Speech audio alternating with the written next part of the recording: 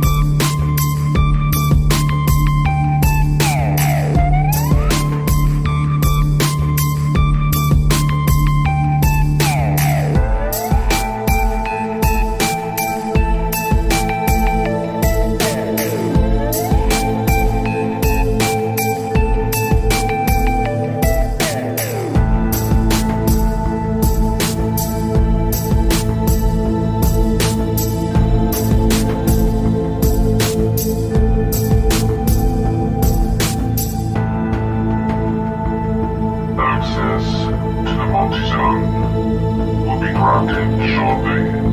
Please stand by.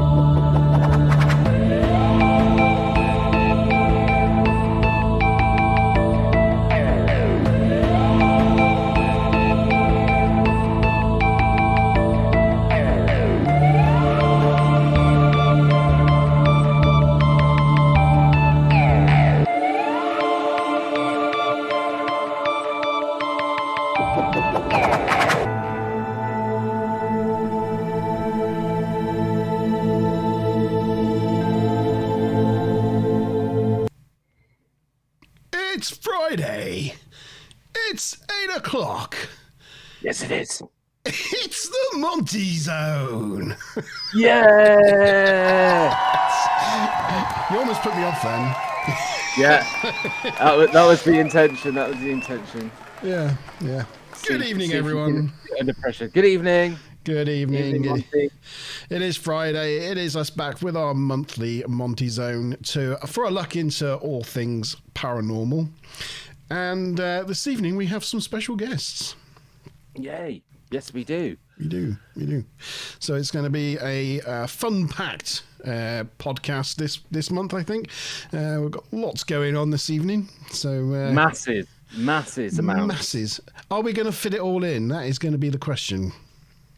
We will try and endeavour. So evening to everybody in chat. I don't know if you've already done this, Monty. But evening, Kevin. Evening, Laurie B. Evening, Karen. Evening, Mickey. Great to see you. And am I missing anybody? No, I think I've got everybody there. And good evening to yourself, G-Star. How are you this week? I am grand. I am great. I've been on work sabbatical, so not been working for about 5 weeks, which has been awesome. And then tomorrow I am flying away. Everybody's leaving you, Monty. Mazza's in Jamaica, and I'm flying away to the Canary Islands tomorrow. I'm going to be visiting my front room, probably. I might go to the kitchen and see how that is. But yes. But don't worry. I hope you have a lovely. You will have a lovely time. I love the Canary Islands. It's going to be good for you. Well, there you go. I'm 33 degrees most days, so awesome. Just looking at chat there, and Kevin's already watched your behind the scenes video. Cool. Which I didn't even know about. Didn't even know he had uploaded it. Haven't seen it. So I'll be watching that straight after the stream. yeah, even features our lovely Crystal Karen there. So yeah. Yeah, it's only a little behind the scenes sort of featurette from G's main video over on the Underground Paradox. Yeah, to check it out. It went up this afternoon, but yeah, check it out. Right, shall we get our special guests on, Monty? Let's get them on. So before we do that, let's introduce them a little bit with a very short video. This is their channel intro.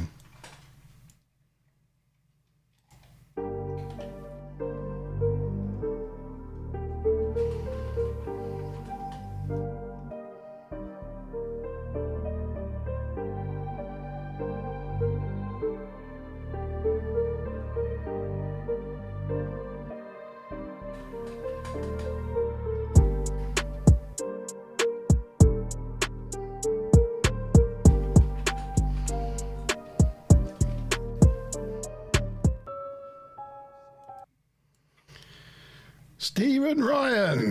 Yay! From the Unexplained Files. Good evening, everyone, like at the beginning of the videos. Let's have cheers for Stephen Ryan. Stephen Ryan, everyone. Good evening, gents. I was clapping under the desk then. It wasn't very good screaming. It just looked like I was doing this. So I just put my hands up. Yeah, well done. Yes.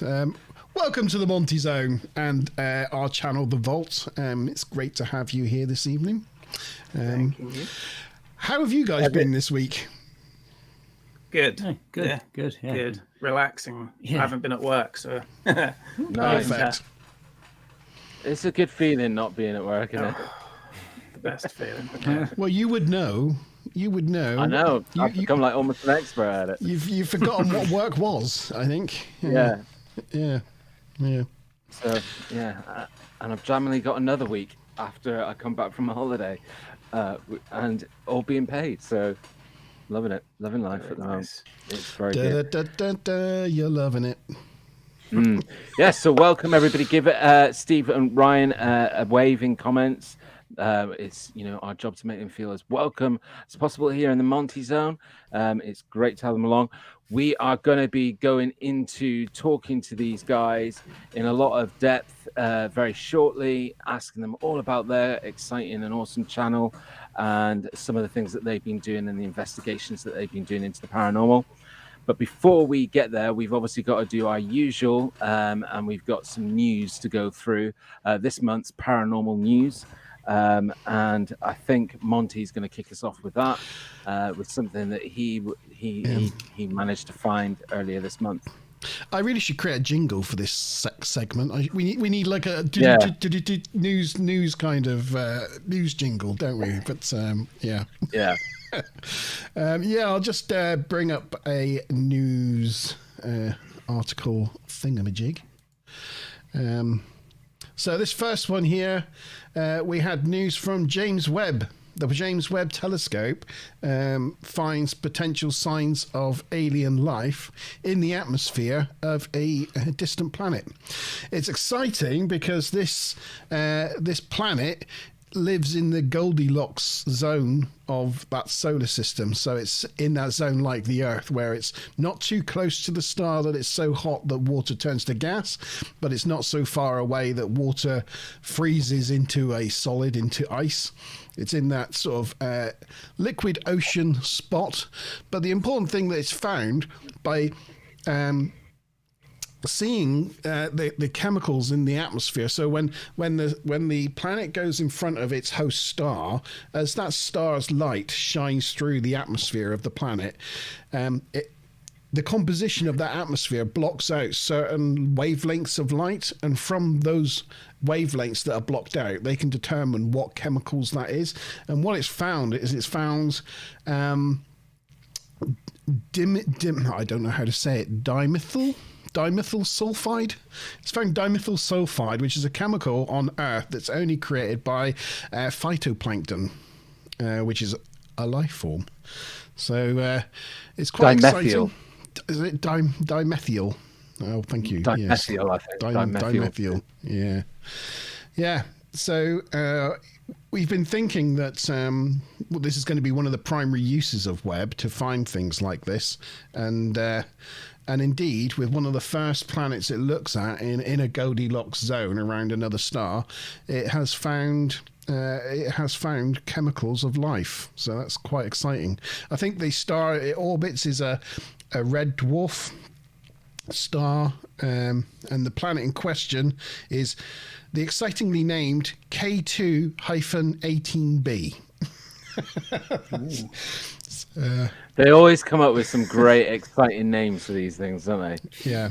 It always involves a lot of numbers. Yeah. But, it's quite exciting because it feels like second stage, doesn't it? Because, for the last, I guess, decade, we've been talking about how space exploration and technology has brought us to a stage where we can now say there are a vast number of planets that sit within this Goldilocks zone where, life, the chance of life could be very high on the percentage.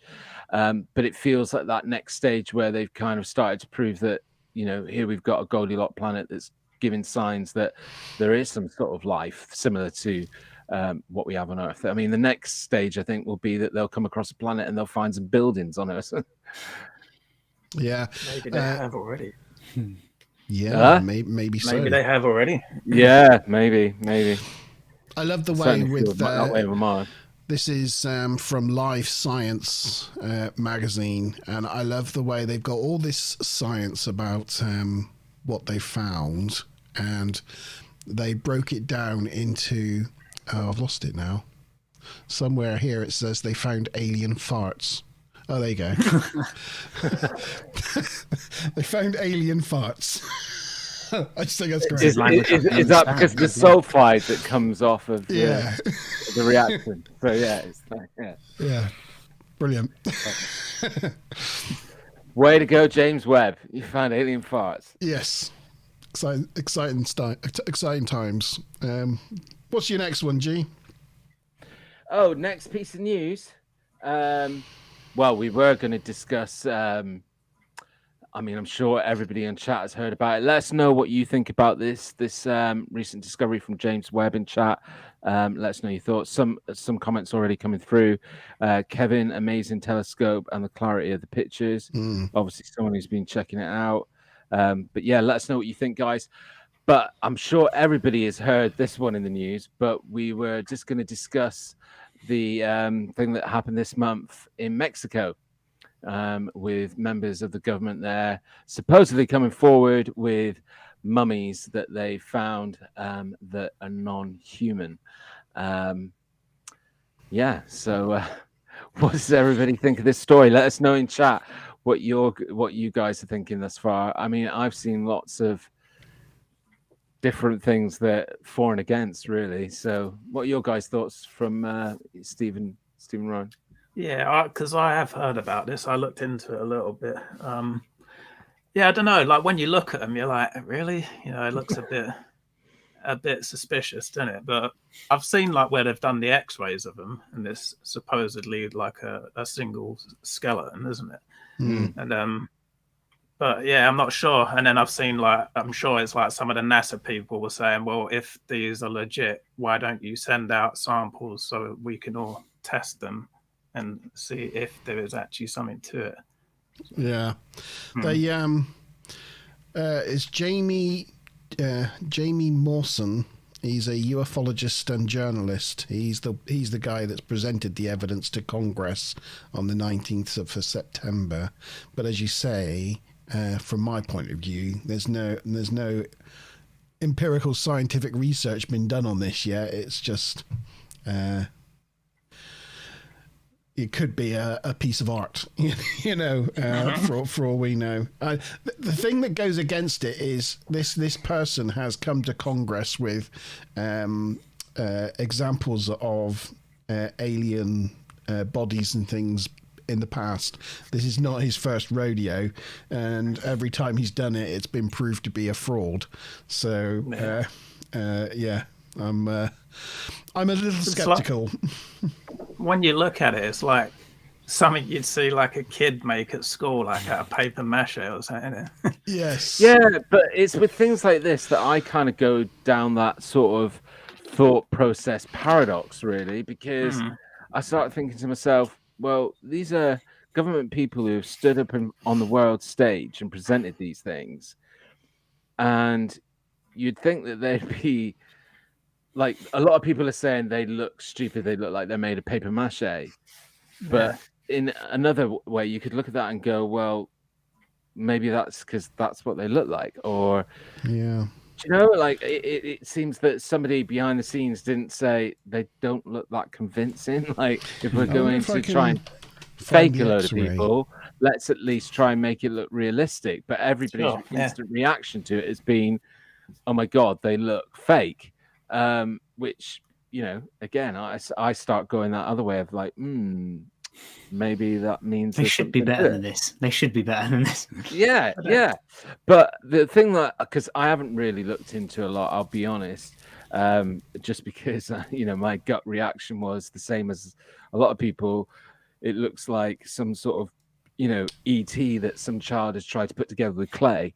But, you know, I'd be interested to find out where the X-rays came from, whether the X-rays were supplied by the same people who presented them, or whether the X-rays were taken from an impartial party and team of people, because that would certainly fall underneath the empirical evidence sort of. Yeah. Kevin's saying they've been X-rayed, yeah, because the one of the stages was that they announced that they've been X-rayed, and that they do show that they're all one piece of skeleton, that it's not things that have been put together. Yeah, so that's interesting. I mean, I think it they does found have some other things things about inside organs. it, but it looks quite hollow. I mean, I don't know. I mean, you can see that's as good a picture as I can find of any X-ray, but that's not an X-ray. That looks to be like an ultrasound rather than an X-ray. But yeah, you've also got to ask yourself the question: if they're trying to kind of hoax this, why? I have no idea. A question that we should be asking ourselves, because this was government people that came forward, right? No, it was a journalist. It was a journalist. Yeah. Yeah. So it was presented at the Mexican Congress, wasn't it? He rather brought than the US evidence Congress? to. Yeah. It was found in Peru, I think, and or so he says, and yeah, he presented it to Congress. I guess it's just one of those stories we're gonna have to keep an eye on and see what comes of it. I guess more information will come out in coming weeks. Definitely. Interesting. Right. So we were mentioning on last month's Monte Zone that we hadn't talked about Egypt for quite some time, on the pyramids. Right. Oh, sorry. You had No. Never mind. No, it doesn't matter. Never mind. We'll go through that one in a minute. Yeah, so this is only short, but I don't know if you guys have seen this. The video's all there ready to go, Monty. But this is a video that a paraglider took whilst flying over the top of the pyramids, which technically you're not allowed to do. So, did he get told off for this? Huh? Did he get told off for this? I don't know.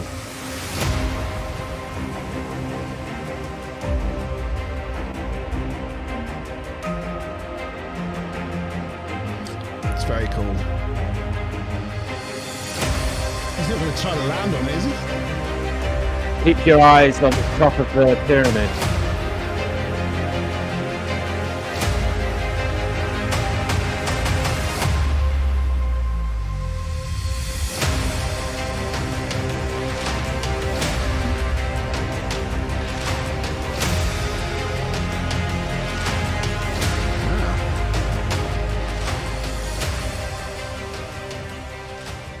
Some kind of carvings. Graffiti? Could be graffiti. I started to think that when I was editing the video, because obviously I've played around with the contrast to help the hieroglyphs stand out a little bit more. But obviously, as someone who's visited the pyramids and been inside at least Khufu's, I think Khufu's, you know, one thing that most people should know is that the insides of the pyramids, there is no hieroglyphs. There, you know, there's no signs of anything. Now, Monte's right. Over the years, obviously, the pyramids have been stripped by their quartz, by various different people. A lot of it was done by a race called the Pirates, actually, wasn't it? I think they were called the Pirates or something. So that there would have been people that would have been up there, and they could have done graffiti. These could be, still a couple of thousand years old, but it wasn't done by the Egyptians. But it'd be interesting to get closer, or someone to get closer, and see if this is from Egyptian times and what it means. It's like when you go into the relieving chambers above the main chamber in Khufu's in the Great Pyramid. There's lots of graffiti in the relieving chambers. Bob was here. Yes, I've from seen like that. Victorian times and Roman times and all sorts of. I've been up to that bit where you go up to the crack to the ceiling where you can see where all the different archaeologists have also over the years put their little carvings in as well. So yeah, you're absolutely 100% right. There is that inside, but otherwise it's there is no like Egyptian hieroglyphs about on the outside or inside of the pyramid that have been found so far. Sean's popped by to give us a like while he's watching rugby this evening, so he can't join us, but he's popped by to give us a like. So thanks, Sean. Appreciate it. Thanks, Sean. Nice to see you. Enjoy the rugby. Yeah, enjoy. Yeah, so let us know in chat what you think of these. Do you think they... I mean, I tried to get as close a look as I can. Some of them look like hieroglyphs, but some of them don't. Yeah, no, it's my eye. I haven't heard about graffiti on the top of the Khufu's pyramid, so that's really interesting to see. Yeah, and it's also interesting that you're not allowed to go to the top of the pyramid. It's been quite a restricted space for quite some decades. So maybe that's the reason. Yeah. And what does it say? What does it mean? What do you guys think? I can't say. It looks like some of that script is Greek, and if that's Greek, that could kind of be around like the Ptolemaic era. I'm not really sure though. It is really hard to see what's going on with that, but it's interesting. Yeah, maybe that's why they don't want people going up there now. Yeah, just in case it is something. Yeah. Well, it's certainly a rare glimpse. There you go. I thought you'd be interested in that, Monty. Yes, thank you very much. Yeah, that's very good. Do you want to talk about the... Yeah, just lastly, let's let everybody know about what you found. Yeah. It's quite useful, especially if you guys want to research some of the subjects that we talk about a little bit more. Can you get rid of that? How do I get rid of... Oh, no. There, I can get rid of it. There, it's gone. There we go. No, not graffiti. Not that now. So yeah, the All Domain and Anomaly Research Office, AARO. So Congress put together this this agency to look into all of the UAP phenomenon that they've been getting in recent years, and they put together this website now where you can find all the different examples of the things that they covered all in one place, which is quite handy. And they've got reporting trends, so you can see when clusters of things come up, and so it's just to make people aware, really, that we've covered the things that have been going on in Congress, and when these things have been leaked or have come out, well, now we've got a website where it's all centralized, so case by case, or so it's just an interesting thing. On top of that as well, this month, NASA, as we know, as well as the Congress hearings that we've had for the past year, NASA launched its own investigation into UAPs and set up its own department looking into it. Well, they finally published their report this month into what they found. And long story short, I'll say not a lot, really. Their conclusions are inconclusive, is basically it. Oh, surprise, surprise. But they have made some recommendations that you know, they are a thing, and they've categorized them. They don't believe they're of extraterrestrial origin, but they want to do more work to gather some more statistical analysis on them. Basically, they find that their data is poor, and they want more data. So, yes. But if you want to read that report from NASA on their UAP investigation, that is now out. Would you mind, Monty, after the show, especially to the AAR site, putting a link in the description for anybody that wants to go and check it out? Yes. Monty shared it with me at the beginning of the month, which I was quite shocked at because I was like, hold on a minute, he's sending me something about UFOs before I've seen it. What's going on here? But that's because I've had my head so far buried in the supernatural paranormal for the last few weeks that I haven't been keeping up to date with the latest things that have been going on. So it was a brilliant share. I checked it out immediately, and it is a really, really good website. It's got loads of interesting stuff on there to read. So if you are interested in the subject, Monty will put that link in the description and check it out at some point. I will indeed. Yeah, so that's it. I think that's the news, right? That is the news. Okay, so let's put the spotlight on our guys, Steve and Ryan from the Unexplained Files UK.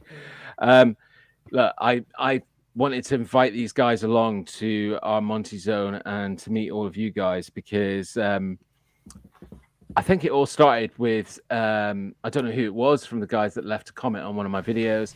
And then I checked your channel and I think what you guys are doing is equally fabulous and really, really good. And I was enjoying the content. So I definitely wanted to have you guys on the show, get everybody to meet you. Hopefully they can go over to your channel as well and subscribe. We'll put a link in the description again after the show so people can check it out.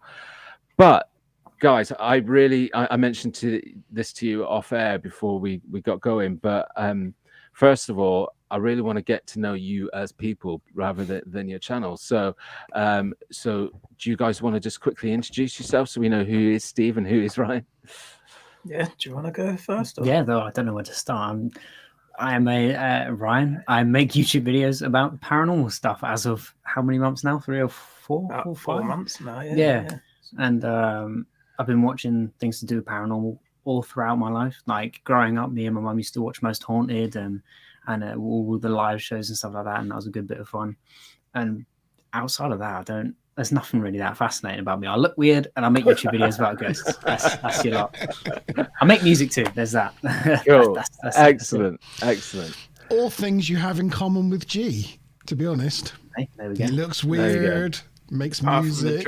Yeah. Thanks. So, Steve, tell us a little bit about yourself. Yep, I'm Steve. I've been pretty much the same as Ryan, interested in the paranormal pretty much most of my life. I even remember as a kid kind of looking into it, watching shows, sitting in my room with my aunt's night vision camcorder trying to film orbs and stuff. And I've had like several experiences of my own like throughout the years. So yeah, I've been into all kinds of stuff from like paranormal, cryptids, ancient technology, UFOs. So there's a kind of a mix of everything in there, really. Well, we'll definitely go down that rabbit hole of your experiences, later down the line.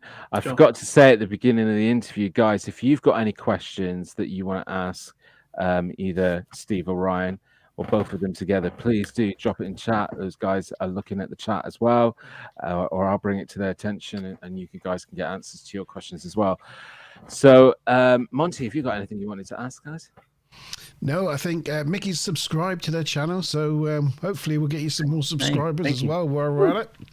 Thank you. Yeah, so I'm right in thinking that you started the channel, The Unexplained Files UK, around April of this year, is that right? Or started filming maybe around March time? Yeah, it's May, wasn't it? Like actually set the channel up. I think it was in April, and then I think we put out our first video at the beginning of May. Yeah, about that, yeah. God, And, you're doing really, really well. You're 300 Thanks. subscribers or somewhere in that region. Yeah, just a tad over. Yeah, nice. heading towards 400. For 4 months, that's really good. You've got to be pretty pleased with the way it's going. Laura B's already subscribed as well, so that's thank you. another person subscribed. I've subscribed. Yeah, Much appreciated. the other thing I was going to ask, so please do excuse me if I get this wrong, but you guys are based sort of in North Devon, is that right? Yeah. Yeah. Yeah, I got it right. Yeah. So we're not too far away. Yeah, no. So because we've already sort of been chatting online, and we've mentioned about collaborating in the future, and that would definitely be cool to get out on location together. Yeah, that would be really, really wicked. So based in North Devon, so these guys are local to our county, guys, if you are watching, and you're from Devon as well. So yeah, Southwest. Are you guys Southwest born and bred, or somebody? I'm guessing not from the accents. Essex. Essex. Yeah. You saw the lights. And yourself as well, Ryan? Yeah. Yeah. So is that how you met? Because of a common... Believe it or not, I'm the uncle nephew. Yeah. My God. Really? Yeah. Wow. Okay. Yeah. So was it a family progression that moved from Essex to North Devon, or? Yeah. Well, I actually went off and lived in America for a while beforehand, and then I came back probably, I don't know how long ago it was, like 9-10 years ago. About 10 years ago. Yeah. And we came back to Devon. So. Oh, I forget how old I am. I think we've been down here for like 19, 20 odd years now. So we've been here for a long time. And he came over about 10 years ago. And then, because we've made videos in the past as well. Like when we started like moving towards making videos and stuff, I had an old vlog channel, which couldn't be forgotten about. And we wanted to make videos for a while, and then we slowly just moved into paranormal. And then here we are. Well, it's all good practice, like most people who have successful channels, it's never their first. People, go through quite a few test channels first. That's what I've heard anyway. So yeah. Cool. So where did you live in America? I was in Ohio for 7 years, and then Illinois for a year. Yeah. It's like looking in a mirror. I meant to say, yeah, because I used to live in the States as well. So How was you? yeah. Whereabouts was you? I was in Phoenix in Arizona. Oh, nice. I never got out that way, so. Well, I've never been there. What was the first one you said? Ohio. Ohio. Yeah. I would love to though, because if I got in a plane now and landed there, I'd be out Bigfoot hunting. You could be sure. Of that.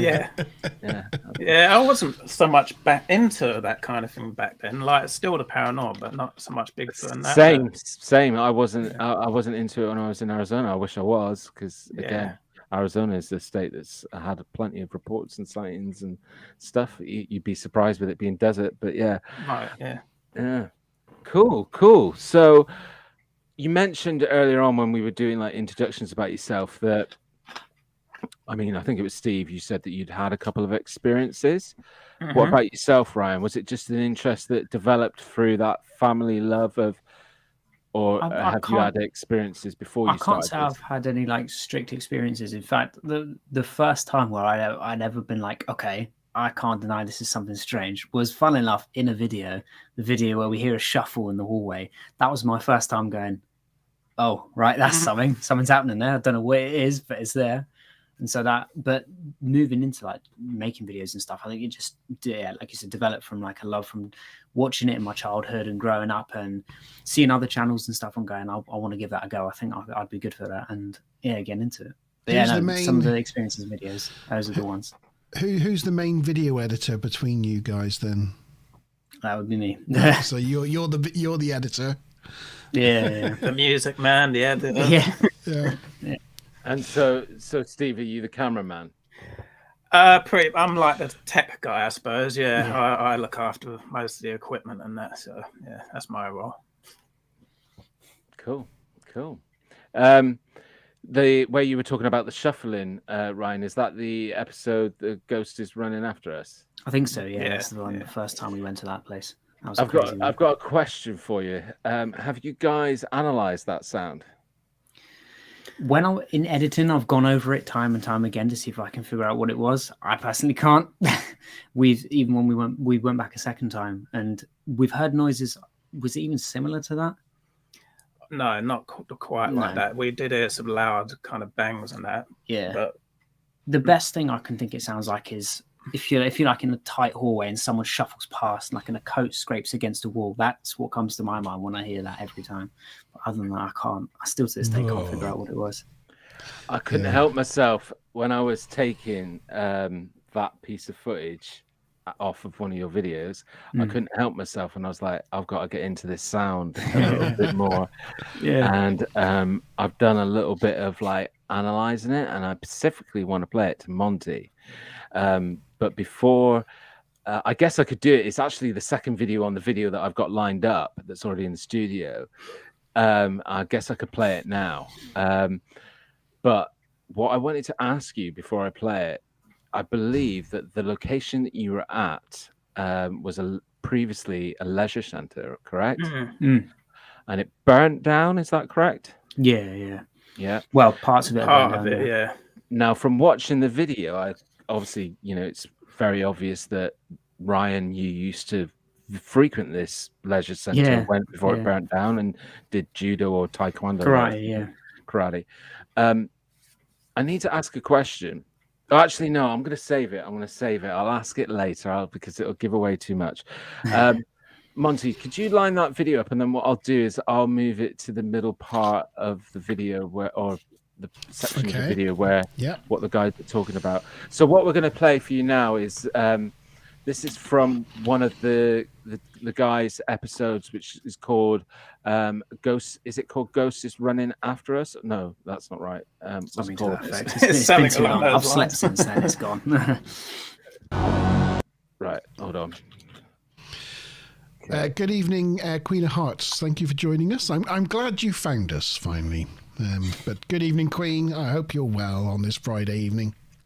Oh, that's it. I just want to go quickly back while you're finding that. I just want to go quickly back from a comment from Smiler Rainbow that made me smile. I don't know if we mentioned this at the time, but when we were looking at the Egypt pyramids with the graffiti on the top, she said maybe it's Egyptian for this way up. Which made me laugh. Very good, Smiler. Very good. There we go. Ghost runs after us. There we go. It's so difficult with this thing, this slider. So this is Ghost runs after us. So this is a snippet. Now what I'm doing is Steve shared with me a time index. I'm playing pretty much most of that time index. At the end of it, what I've done is I've kind of chopped the segment of the footage where the mysterious sound happens. And then what I've done is then I've tried to boost the sound, and then I've also detached the sound, and we're just listening to the sound with no picture. And I'll be interested to get your thoughts, Monte, on what you think it is.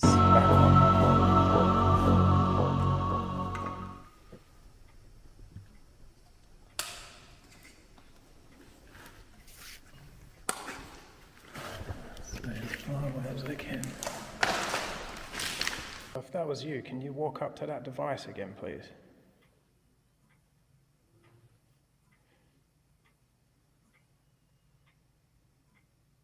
We've got devices in the corner as well that you can touch.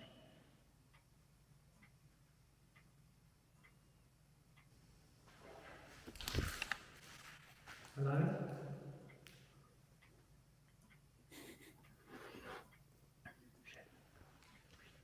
Did everybody hear that? Just about. I don't know. The volume's as high as it can get. Yeah, I can't make any louder. Devices in the corner as well that you can touch. Well, don't worry, because I'll make the sound louder in a minute. Okay. Did you hear that?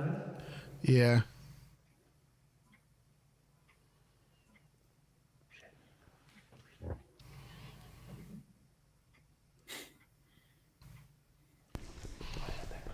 Laura B's hiding behind her hands, biting her nails.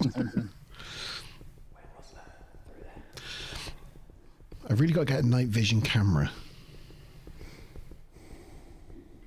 I did, but then it was rubbish, so I sent it back. So I need to ask you guys what you're using for night vision, because I'd be really interested.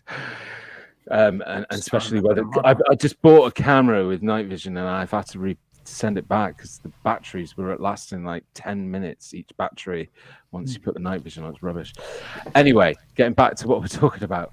So I've just paused it here. Now I'm gonna play it. I think I'll play it once through the segment where you hear the noise at normal volume. Then I boost the volume.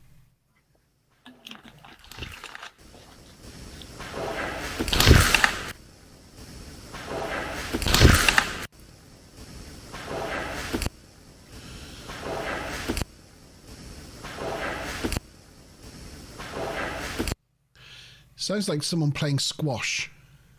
Let us know in chat whether you think it's something particular. I'll play that all again. Was it a squash court? Yeah. It's a leisure centre.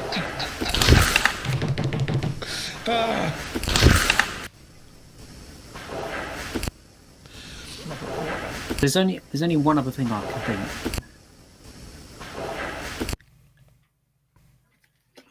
So I was going to ask you, because I would have thought Monte would have got this, because I did consider squash like a sound of people playing squash. But would there have been at this leisure centre when it was up and running, would there have been a snooker or a pool table? What was it there? I don't remember ever seeing one, but because to me it sounds like a ball being pocketed. Oh, I see what you mean. I have one thought that is sort of that I'm thinking, but I'm not sure. When I can just imagine now, if someone's wearing their karate gi, right, and it's very sort of like they're quite stiff, and if you've starched them, if you throw the punch and then it twists, there's kind of a material rotation, a snap when you've got the punch, and it kind of gives me that feel. I don't know. Okay, we've got a really interesting comment from Laura B. Is that one of your guys' friends? Do you know who Laura B is? Oh, that's yeah. Yeah, she said that I know that leisure centre and a guy passed away in that squash court. So, yeah, I think someone had a heart attack in there or something. Well, it sounds like squash. You know when someone plays that was a squash court. A that squash when we was hand, in. and it bounces off the back wall and then the side wall, and then someone hits it with a racket, and you get that kind of, you know, that kind of like bang bang clang of the racket. It sounded like a double hit on a wall and a hit of the racket. That's what it sounded like to me. It sounded like it was out in that corridor bit, just outside that door. Yeah. Though, so. Yeah, I mean, you know, whether, because I can see both sides of the fence of like the squash sound, and I can also, for me, I was hearing a ball being pocketed. But what I'm kind of pleased to say is that it is definitely, because when you listen to it in normal sort of volume, it could just be something falling in the background, or it could be somebody walking, or something like that. But when you boost the sound and you really listen to it, it's like a structured sound. It's not something falling down, if that makes sense. Like it's not something that's just like it sounds like it's got what I mean by that is it's got like sort of 3 different sounds to it. So if it was something that's falling, it would have had to hit several things in quick succession. So I definitely think it's a really, really interesting sound. Yeah, because initially we was thinking it was like a person. There was someone in the building with us. We was like, oh god. But there's, you know, you would have heard them leave because there's no way you could walk through there because of all the debris on the floor and that you could walk through without making any noise. Making loads of noise. Like someone's skimmed a stone down the corridor or something like that. Yeah. But no, that's just hilarious that my first thing went to, it sounds like a squash court, and it was a squash court. That didn't even figure in my thought process. So that was pretty funny. Yeah, because me and Monte play a lot of snooker together, so I was thinking he would hear the ball sound the same as I did. But I did. As soon as you said it, I heard it, and I was like, "Oh yeah, I do see what you're saying." Yeah. Yeah, same with the squash. As soon as you said that, I heard it. But it's quite, it's a good capture what you guys have got, because I think, as I say, it's quite a structured sound. Because you've got the cue hitting the ball, you have the ball hitting the other ball, and you've got the ball cracking into the pocket. So you got that da da da thing. I definitely hear like it. Yeah. So it does, just the nature of the sound eliminates quite a lot. So I thought that was quite interesting. So yeah, very good. Okay, so just getting back to some questions. Don't forget, guys, if you've got any questions for Stephen Ryan, if you want to ask them anything about where they've been and investigated, or where they're planning to go in the future, get your questions going. I was busy in the flow of things. Good evening, Queen. Great to see you along. I was worried about Queen this week and emailed her to check that she was okay. And we finally got Stealth Andy Steve on with us, who accidentally came on Wednesday thinking it was the live stream. He was like, "Oh no, this is Star Trek. This is not my bag. It's not my thing at all." Good to see everyone. And everyone that's in chat, please don't forget to like the video and share. It all really does help. Okay, so before we get into some more of your best activity or your best investigations that you've done, I guess one thing I wanted to ask you is, what's the dream? Where do you want to go with the channel? If we could do it full time at some point, that would be ideal, because obviously it's something we love doing and we're interested and passionate about. And if it could ever get to that point, that'd be awesome. But we still do it because we love it, whether anything comes of it or not. But that would be ideal, really. I think in big part for me, just going out and filming the videos and editing it all together and seeing it become a finished product that was kind of like what I grew up watching, for me is already kind of what I wanted out of the channel. But also seeing a little bit of success with it, it's kind of how far can this go? That's what's exciting for me anyway. You start with just the I want to see my edited work of art come to fruition, and that is payment enough, that it's there and it's up, and some people have watched it. But then as you get a few more views and a few more subscribers, you get that hunger, don't you? You're watching the analytics backstage and you're like, oh, there's more, and then there's more. And it gets a little bit obsessive. We were talking about that off air and just saying you've got to be careful of not getting too obsessive about it. Got a great question from Kevin in chat. He says, do you find buildings more atmospheric, or, for example, out in the woods, investigating? Which do you find you get the most? For me personally, on a different note, I find the buildings to be more nerve-wracking for me, because I'm more concerned that there's going to be people in them. Yeah. Because we've been to some proper dodgy buildings and some dodgy areas, and I'm always concerned about other people being there rather than anything kind of paranormal. But I don't know really. I think buildings are more, I don't want to say intimidating to me, but there's something about being in a space that used to be lived in or used to be used that's now not, that just doesn't quite feel right. It lets me feel more of what could this have been? Or I remember the one place we went to where they were growing a certain substance that there's one corridor where we were walking down and I saw the graffiti of a huge face in the thing. And just knowing that was a place that people used to live in or used to be at, it didn't feel right without people being there. It's still recognizable. This is a place where people have been, but it's just not used anymore. And it's something that feels strange about that. But I love exploring it, finding more about it. Cool. I think when you're in a woods, there are some pretty spooky woods, as G knows. He's been to some, but generally a woods is kind of a place that's full of life and things. But when you go to a decrepit old building, it's just full of decay. And I think it's that kind of gives it that ominous atmosphere. straight away. Yeah, And we then you got- yeah. we usually feel quite calm when we're doing anything outdoors, don't we? Like Yeah. in forests or I can kind out of deny some things though. Like if I hear rustling or shuffling in the distance, I can say it's an animal, it's fine. But if we're in a building, there's one way in and one way out, and I'm hearing these same shuffles, I'm a bit more uncomfortable now. Yeah, imagine. Thank you, Smiler. Smiler, who is one of our wrenches for the channel and moderators, has put your link to your channel in the chat. So Thank if you. anybody wants to go and check that out, made life severely easy for you. We had another great question from Laura B. Where would you most like to explore? Could be anywhere in the world. Ooh. I really don't know. There's so See, many the places. thing with us is obviously like, I know you've got a lot of channels that go around faking stuff, to get views and that. That's why there's not loads of activity or not much in our videos. So if we can get to like a legit place that's got, like real reported activity in it and something good happens there, I'd be happy. I don't care where it is, but just something where there's a good chance that, some crazy stuff's going to go down. Yeah. That'd be good. Yeah. I mean, look, this is, I haven't watched all of your content of thus far, but I've certainly watched a number of videos.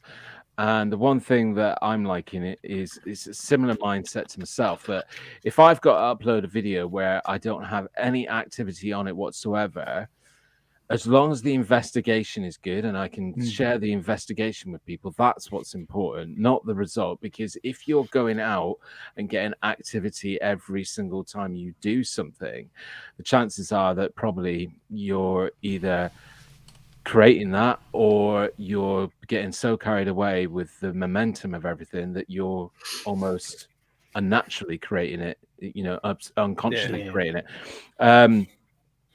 So, and on I think one of your latest videos where you were doing it solo, Steve, and you were talking about waffling, and I sort of gave you a comment and said, "Don't ever worry about waffling." And the thing is, what was great about that video is you were sharing so much information about the location and the area that you were in, the background, the history, and all of these things are entertainment for people because it's a learning process. So whether you see something freaky or paranormal or whatever, you've come away with that with some value, that you've learned something, seen something new. And so keep doing that because it's really, really good. And I like the fact that you guys just said that and that you're not worried about always inserting the activity. It's about the story and it's about you guys as well. Don't forget that. Cheers. Fun question from the Queen of Hearts. Have either of you ever bottled it and abandoned it for the night? We've just gone, nope. That's a total nope from me.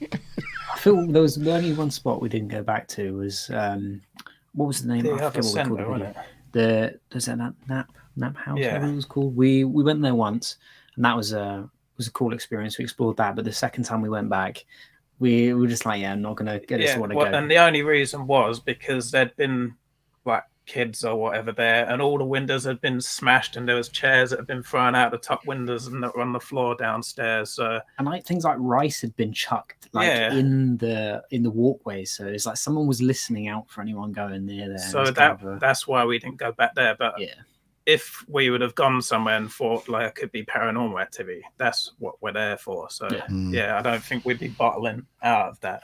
But if we're a bit wary about who's about and that, then maybe so.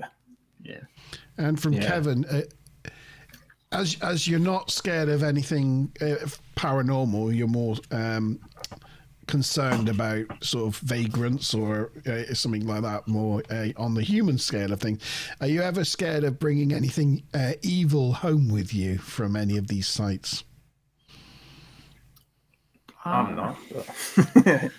I wouldn't say so. No, like I've got my own methods of keeping myself safe, like in that realm of things. So I feel quite comfortable in that. I think a big part of it is mindset as well. If you go in there thinking, something's gonna have a bad time or something bad could happen, then you're kind of opening yourself up to a bit of trouble. That's how I feel anyway. Like in the video that went up today, one of the things that came up is on the Spirit Talker app, it said, "I'm attached."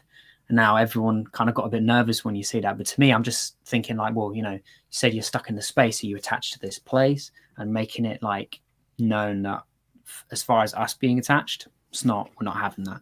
I think if you shut that down and keep it good in your own head, then you'll be all right. So it's a good question that Kevin's asked, because it leads nicely on to something that I was interested in, and that is, when you go out on investigation, do you do anything protective to protect yourself?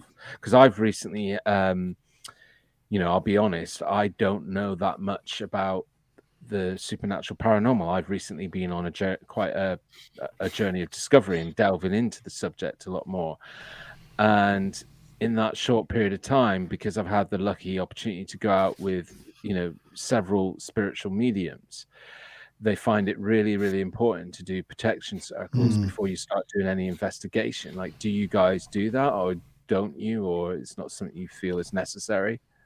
I mean, I think we do things a little bit differently. Like for example, I've got like a talisman that I made that I wear that I feel like keeps me safe. And I think the only thing as far as what we both do is when we go to a space, like opening it up at the start, letting it be known that that's the time for communication, setting our limits of how, we want to interact and what we're willing to put up with, for want of a better term, and then closing off the space at the end. So it's kind of like a safety net for us of like, this is the time, whatever happens here, that happens, but when it's closed and it's done, and we'll move on. And if I was to feel like that was uncomfortable after, I would have my own like rituals or things I would do like personally to feel better about that. Cool. I mean, just going back to that question that somebody asked earlier about the woods or buildings, I think, for me, I think you're going to get more activity in buildings. That's my personal opinion, because I tend to lean more on the side that believing in residual energy. So, that's where a lot of activity happens. I'm not saying that it would be absent in the woods, but the woods is definitely a scarier place to be, because when I'm in a building, I can stand against a wall and I've got that behind me. Whereas in the woods, in the dark, you just, I've been out with some people who stay overnight by themselves in some of the craziest wooded areas, and I'm just like, I would never do that. I would probably be an hour in and I'd have a heart attack. But yeah, it's interesting. What we got in chat? According to Crystal G, I would be useful to you from a spiritual protection point of view. Yeah, that's true. When we went out with Crystal Karen to the Charlotte Diamond Memorial, she did some protection for us then. I have to say, that's the first time I came across anything like that. I was like, oh, it's all, again, like yourself, it's all a bit of a learning experience for me as well. But, yeah, definitely. I suppose at the end of the day, we don't really know what it is. So you could be stirring up anything and not know it. So I suppose you got to be careful to an extent. Yeah, I mean, if you believe in the if you believe in the phenomena, I've spoken to some people, recently, and as I said, had some really great opportunities and experiences. But what's been a real pleasure is that the majority of those people that I've collaborated with or interacted with, focus very much on the light side of spiritual mediumship, but they have only once or maybe twice in their life experienced the dark, like truly the dark. And when they've kind of explained it to me, it's kind of like, this is real serious like stuff, and that's why I think they're so focused in on the protection, because if you the big thing is talking about demons more than anything else, because that's a spirit that's hanging around the planet that wasn't ever a human, and so yeah, it was an interesting question to ask, I guess. But everybody does things differently, like you say, and you've got your talisman, your personal item that you carry, and I guess people can find protection in different ways. Kevin asked, have you ever taken an animal with you, like a dog that senses things we don't? We haven't yet, but maybe in the future. We have a new puppy who we like to call the unexplained dog, so we may take him with us at some point. Oh yeah, do that. Yeah. What's the puppy? He's a border collie. How Yeah. old is he now? Like 6 or 7 months? Maybe not that old, actually. I don't know. Yeah, he's got to be around that at least. I'm not sure, but Bless yeah, him. We're big dog lovers here on the Vault. He's a handful. Yeah. Yeah, working dog. Yeah. But when they get into their mojo, it can be quite scary when they're staring at empty space and sort of like head movements and stuff. It's kind of it can freak you out a little bit. Cool. Well, we've obviously seen one of the locations where you had some significant activity, and I'm sure if everybody goes and checks out your channel and checks out all your videos, they're going to see you've had much more activity than what we're just talking about on this show. But there was another location that you told me about, Steve, where you had quite some really strong EMF activity. Do you mind if I play that now? No, go ahead. Cool, and then we can talk about it a little bit afterwards. Monte, would you mind bringing that video that's just backstage back into the... and then I need to take it back to the beginning.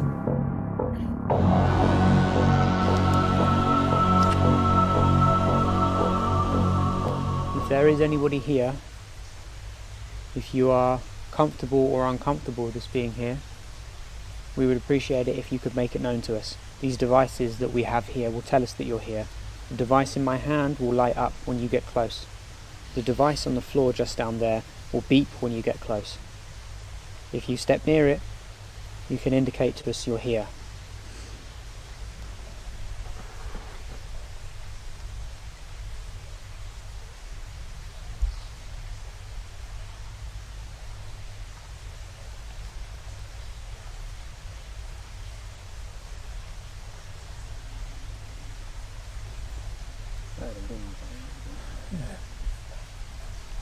Is Arthur or his wife with us?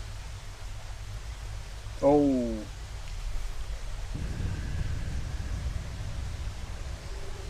Is that a yes, perhaps? If so, would you step away from this device for us? Thank you so much. Are you happy with us being here? If you are, could you make it light up again? If you're unhappy with us being here, would you make this device light up? And if so, we will leave.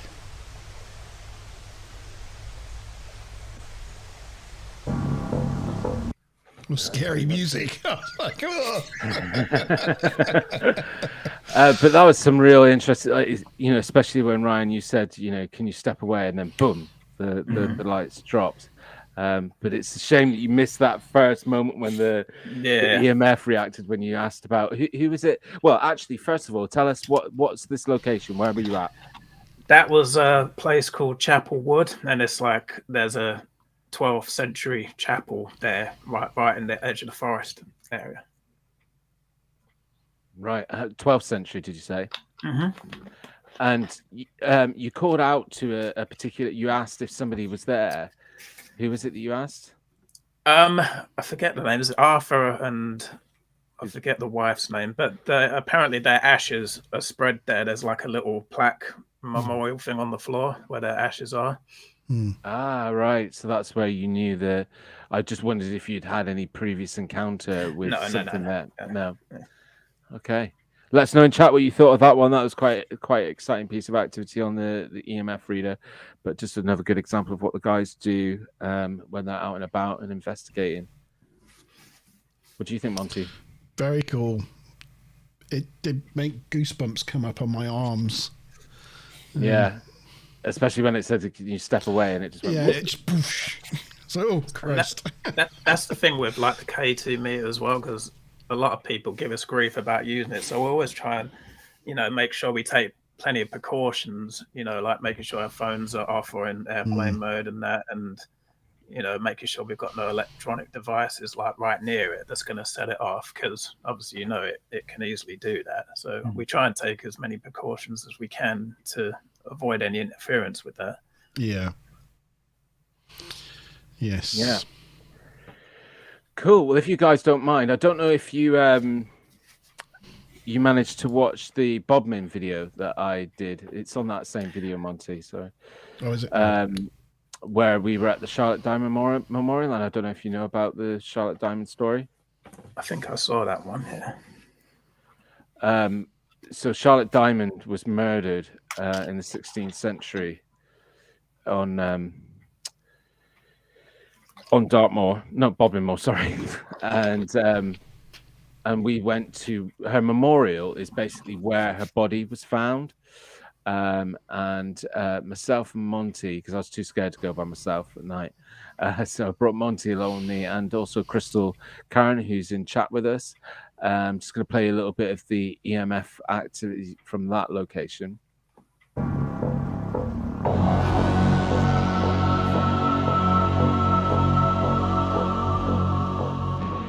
was thinking about maybe saying if she was, free spirited and a bit of play, that we could play a game where she could make the lights move on the machine just for the sake of making it and let us know that she's here and with us.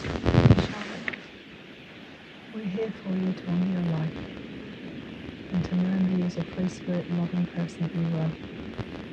So, bring your energies in close. Let us know. Can you guys hear what Karen's saying well enough? Not quite. It's a bit muffled, but we can just about make it out, I think. Yeah, when those first lights went up, she said, bring your energies into us. Light. Bring your playful energies in. Come, love and light. Thank you. It's okay. We mean you no harm.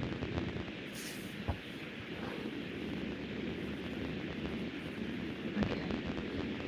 Come forward. That's all right. I know it's all strange to you. Feel our energies. We come with peace in our hearts. An unconditional love.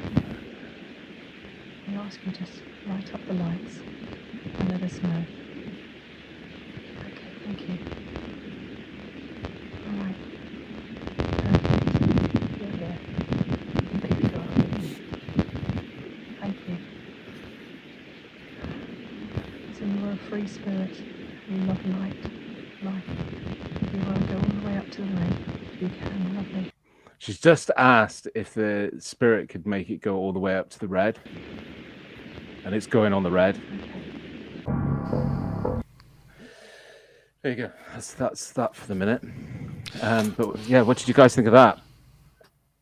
It's always the thing that always impresses me is like how responsive it is. Like it's not just a case of these are just random flashes. Like it feels like it's genuinely responding to what's being said. That's what intrigues me. Yeah.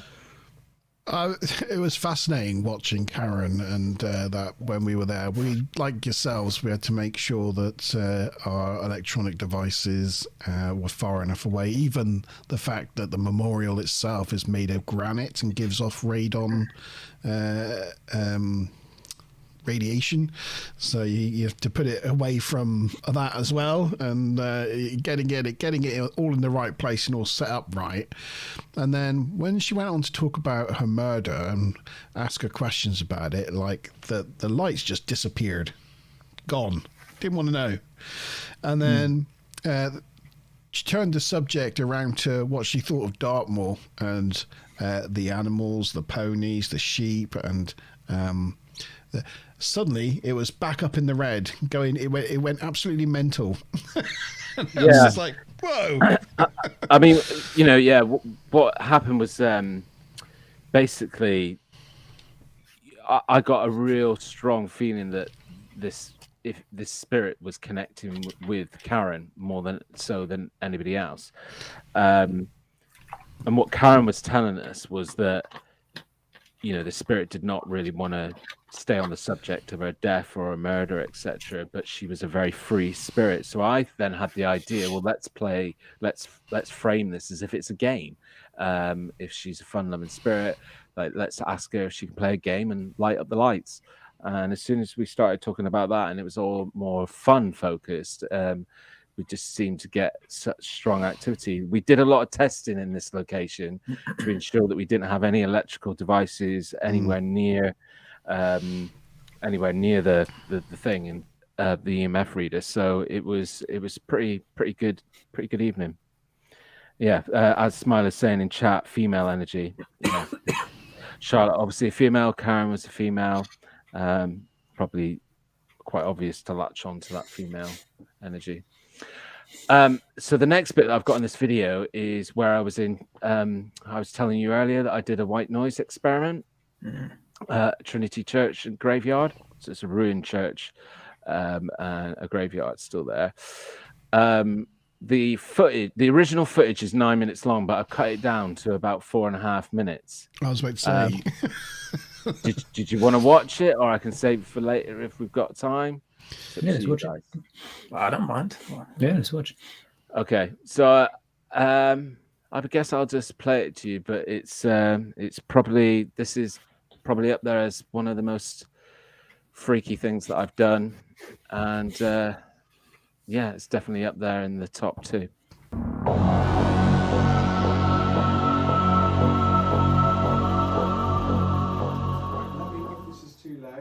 Let me see if I can turn it down because I don't want it coming on really loud here. Is that bringing the volume down? Right. I'm going to start playing now, okay? Mm-hmm. And you let me know when it's. I'm going to ask Sid to speak in a minute and then I'm going to see. So I wanted to play you this part of the footage because I'm showing you guys that what he's trying to do is he's trying to put white noise into the headphones, and I'm telling him that it's not loud enough. I can still hear what you're saying in the room. Yeah, okay. I'm going to go louder than that, alright? Right now. So can you just say something then? Yeah, can you hear me? Louder. Like that. Can you hear me? I can hear that you're speaking, but I can't tell what you're saying, so that's fine. Does that feel comfortable? Yeah? You happy with that? So just to explain, for a white noise experiment, you've got white noise playing really loudly in your ears, so you can't hear anything, and then you're blindfolded, so you can't see anything. If anybody's watched Stranger Things, it's that sort of kind of sensory deprivation type thing. That's exactly it, yeah.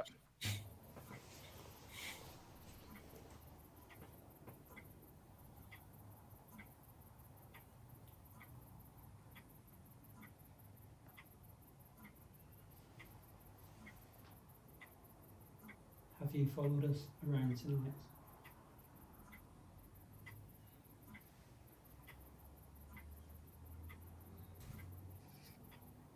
Are you affecting G?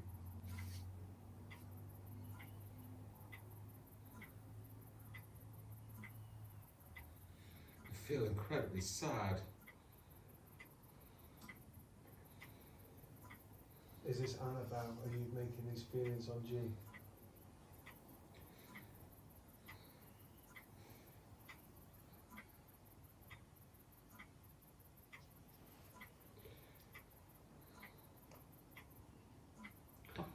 Are you upset that we're in here?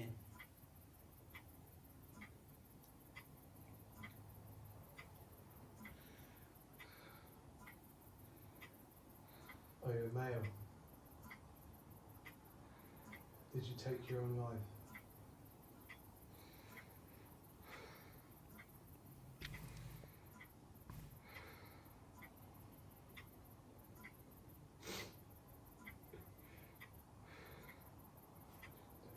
I just want to point out at this moment that I'm full on crying. Step back from G, don't affect him too much. Sorry guys, I can't turn it up any louder.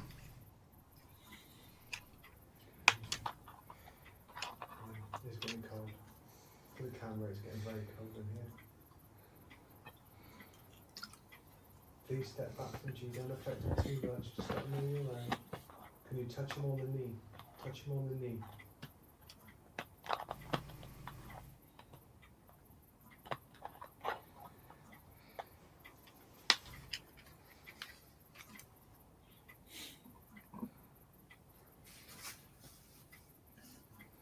Can you affect G by touching him on the leg?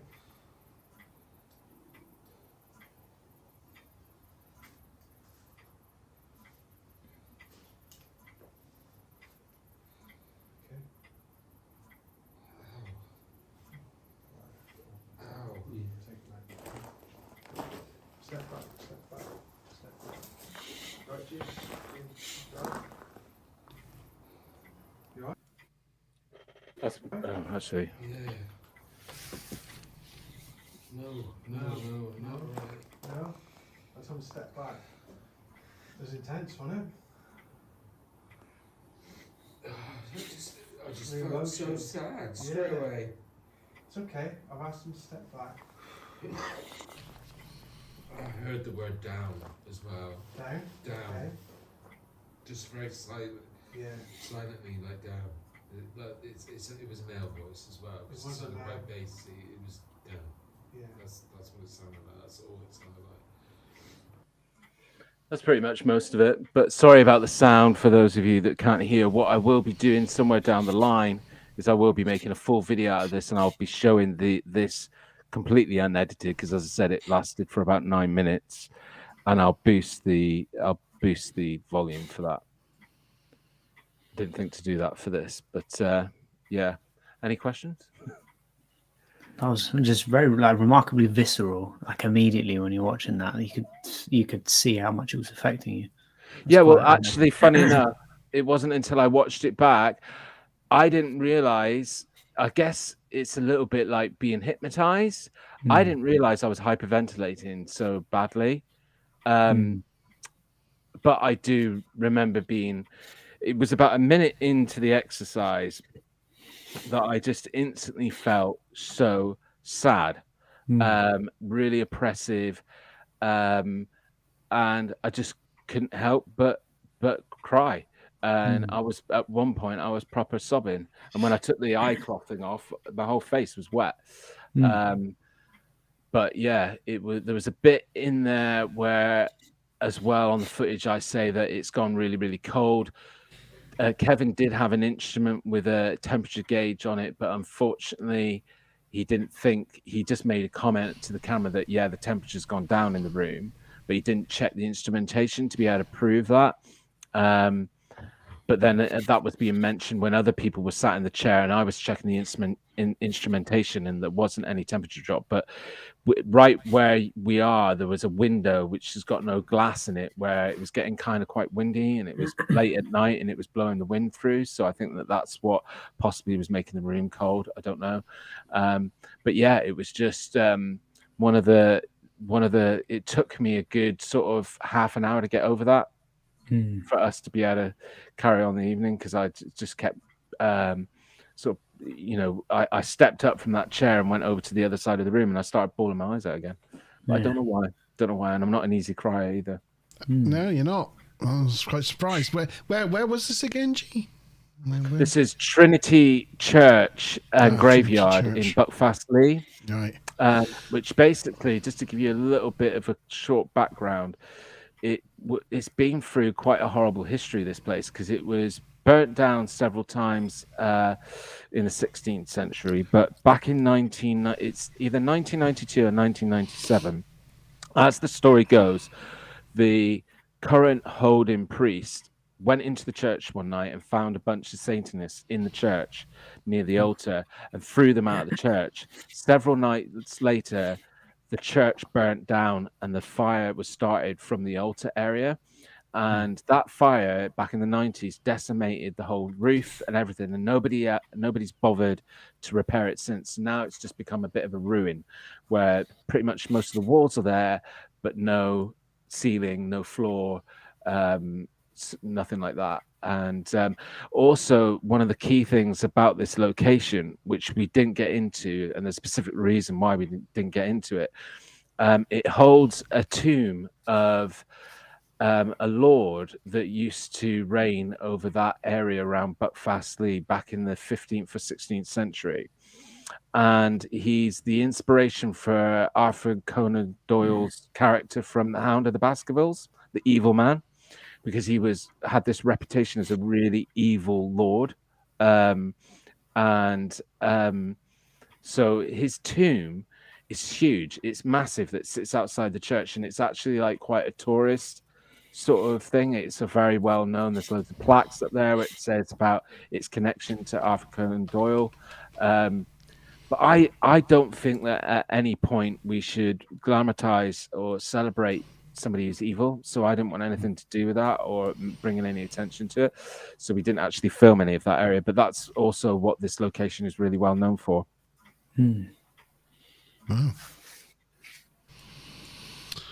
Thanks for sharing that. I mean, yeah, for those people who couldn't hear it, it will be video. coming up on one of Yeah. our channels on the. I'm taking a bit of a break from the supernatural paranormal and going back into a little bit Not- into ufology and other stuff.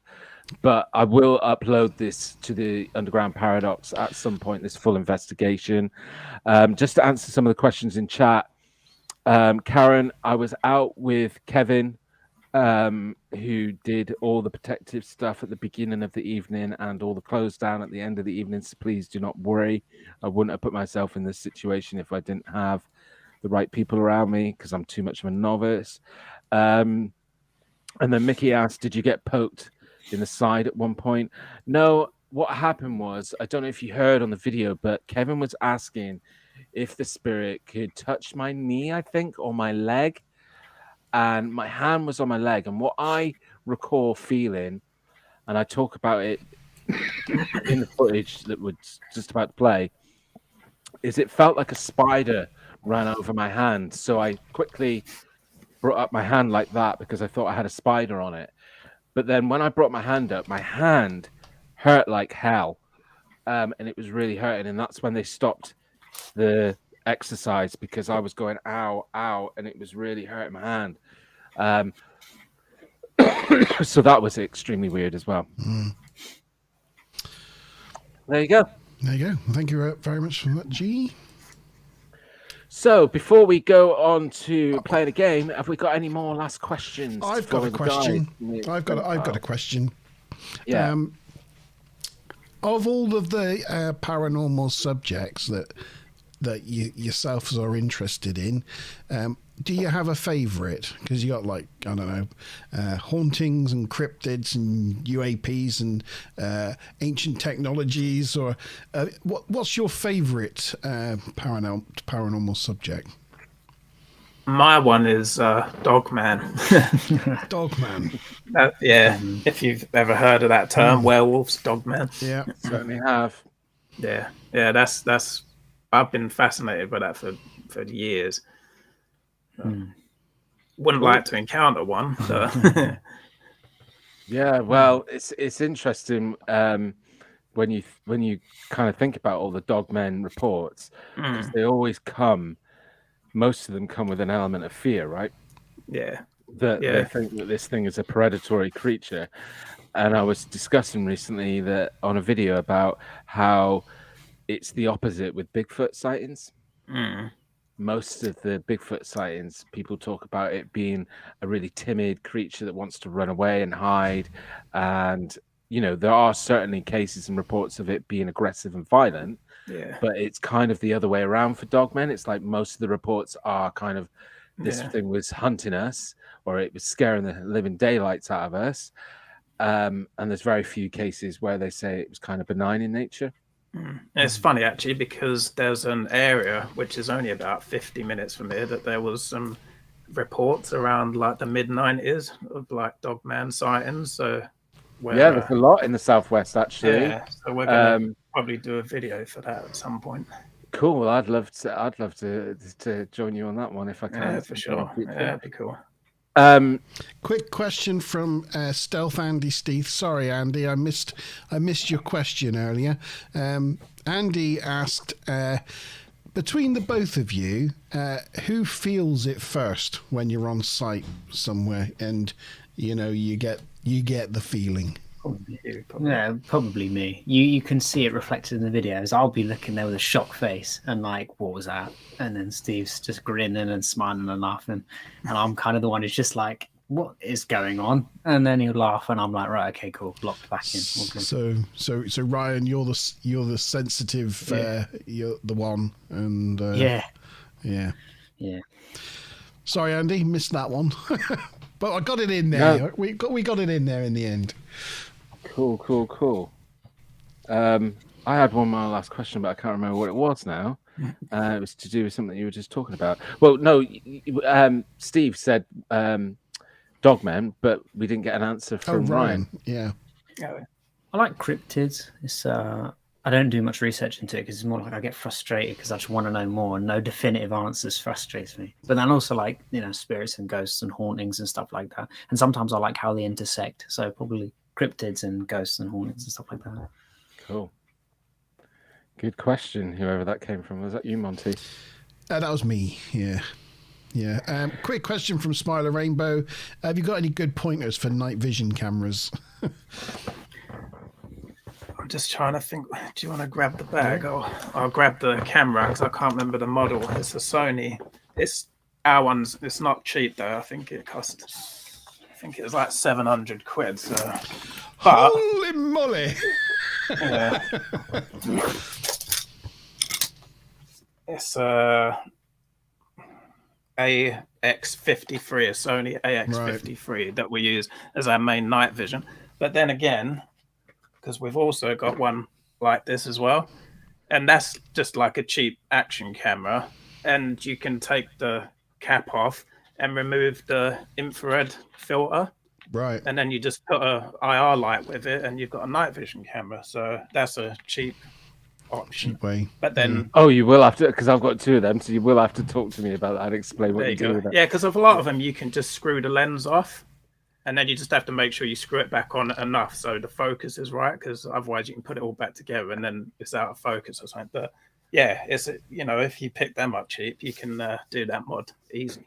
Awesome. Obviously know a bit about your cameras then. That's good. A little. Yeah.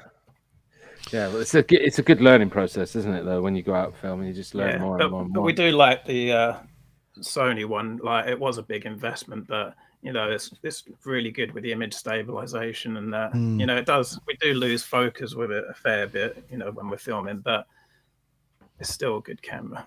Gets good footage. So yeah. I think sometimes the loss of focus and that adds to the drama of the scene.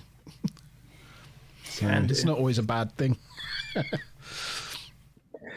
So one of the things that we love to do here on the Monte Zone is we often play a game with pictures, because we like to test our audience's ability to be objective and use their investigative eye.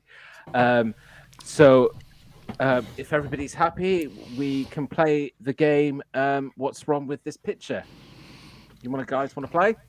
Yeah, my investigative eye will have to look really close. Okay, so it's going to be in a video this time, so I'll have to stop and start it. The idea of this one is we played loads of real or fake before. To explain it to everybody at home, this is a speed round, and the people that will win Monte Zone points are...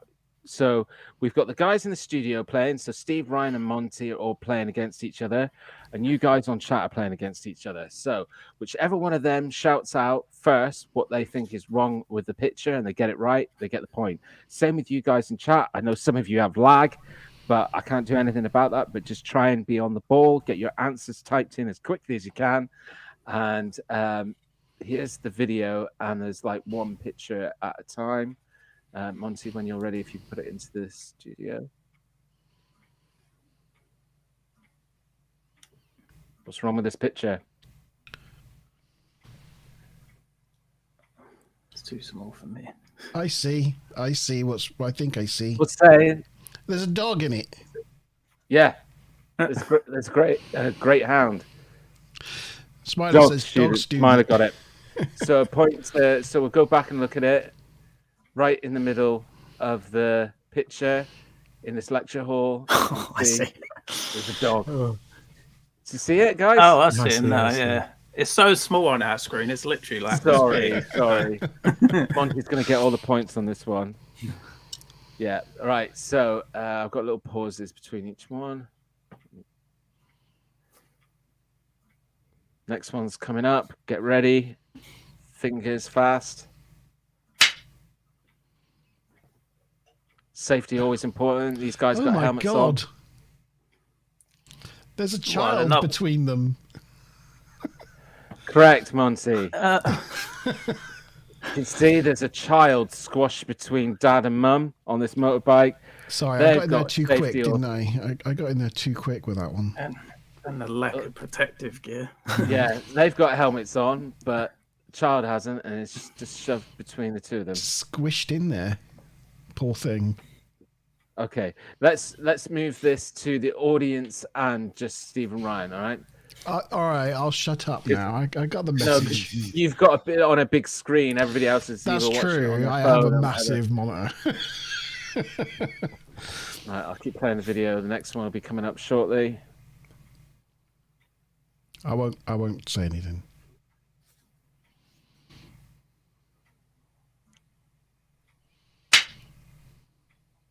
The moon in you the can see background the of the moon, moon yeah. picture. Yeah, Nice. I just got it. Oh, yeah. yeah. Hilarious. So for everybody at home, this is a picture of an astronaut on the moon, but the moon is in the backdrop. So that ain't right. Mickey's saying the shadow. It got really technical, but no, the moon is in the background, buddy. I'll keep playing. If Laura B, if you're seeing if everything's looking a bit blurry in YouTube, you can select rather than have it on auto, you can select it to like 720p. That might sharpen it up a bit for you, but you might get some lag. That's the only thing. Next one. Oh, Person laying down. There we go. In the centre of the screen, there's someone laying there, very pale. Oh, jeez. In chat, put your answer. Whoever gets it first gets the points. it's like my daughter's laying on the beach because she never leaves her room. So, for those of you who haven't seen it yet, there's somebody lying on the sand next to the woman with the tan who's extremely pale and is the same color as the sand. Looks like they've been oversaturated. Talking about my daughter, just a big event today, G. A big event. Yeah. It was Anna's first payday. She got her first wow. ever paycheck today. So exciting times. Nice. Was she happy with the take home? She was happy. Yes. Or was she like, why are these people taking all this money off of me? What's PAYE? What's that all about? Yeah. What's national insurance? Andy in chats just put that woman's a skinwalker. Yeah. Yeah. Smiley put Milky Bars are on me. Right, next one should be coming up soon. It's only 7 of these. We're almost there. A sound person, yes.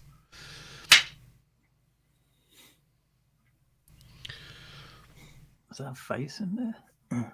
Beautiful sonogram of a newborn baby. Yeah. It's like, Put in chat what you think is wrong with this picture.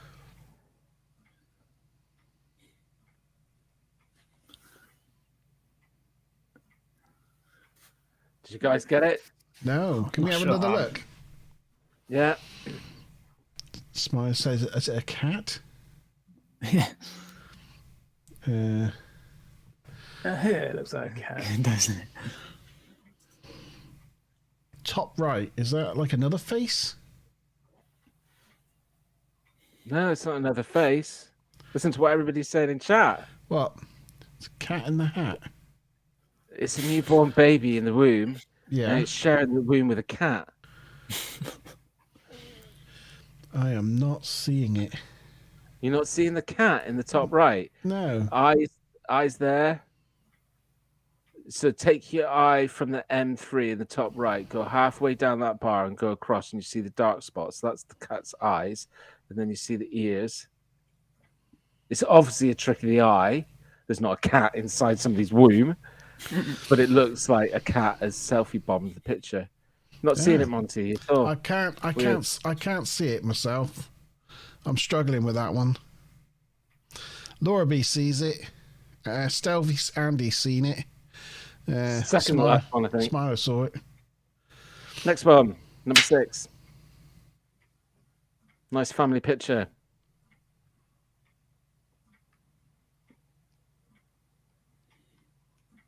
Oh, I see. That got me for a minute there. Oh, yeah. I see him. I'm not. That's a tad haunting. I think I've seen that one from a while ago. Actually. Yeah. I don't know if this one's like. Oh my god! God. Sorry, I just saw it. Like it's almost hidden by the play bar at the bottom. Yep. But Mickey's got it in chat. Squash person. all the family are supposedly sitting on top of somebody. You can see his face just underneath the thigh of the mummy and her brown cropped shorts that she's wearing. His face and his eyes are there. But I think that this one's photo trickery because I don't know. It's two adults must and be. 4 children sitting on top of somebody. Must Like, be. That would hurt, I think. Anyway, let the video go. The last one's coming up. You can win this one. This is probably the most difficult of all of them. What's wrong with this picture?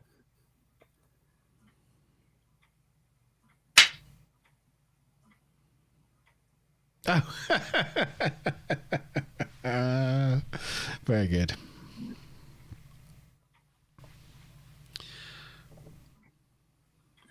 Got me. Look on the right-hand side. Oh, okay. Right, I see. Laura's like, shrug shoulders. It's a giraffe. It's a giraffe. Mickey is correct. Mickey gets the point for that one. Yeah. It's on the right-hand side. Oh, once you see it, yeah. So that's a really good example photo of why when you're out taking footage or photos or whatever, you've got to look at really carefully at what you're seeing because you might miss something that is super important that you didn't see. But yeah, it's just looking at things in a different way and processing it. And yeah, just thought that would be interesting. Pretty cool. Hope everybody enjoyed the game. Oh yeah. And I haven't fallen out with you this week. That's nice, isn't it? We played a game where we didn't. Monte is such a sore loser. Okay, so when he gets it right, it's all fine. But if he gets it wrong, it's like, no, that picture's not right. You're not describing it right. We had a whole watershed thing about this picture, which was, it was basically this guy with a wok spinning some rice in the wok, right? And the rice is doing a total flip, right? I don't know if you've seen the picture, but it's a real picture because every picture that's taken from a camera is a real picture, but it was faked because the wok that he was holding in the rice is a statue. He wasn't really, it's a work of art. Spinning rice. So it's faked.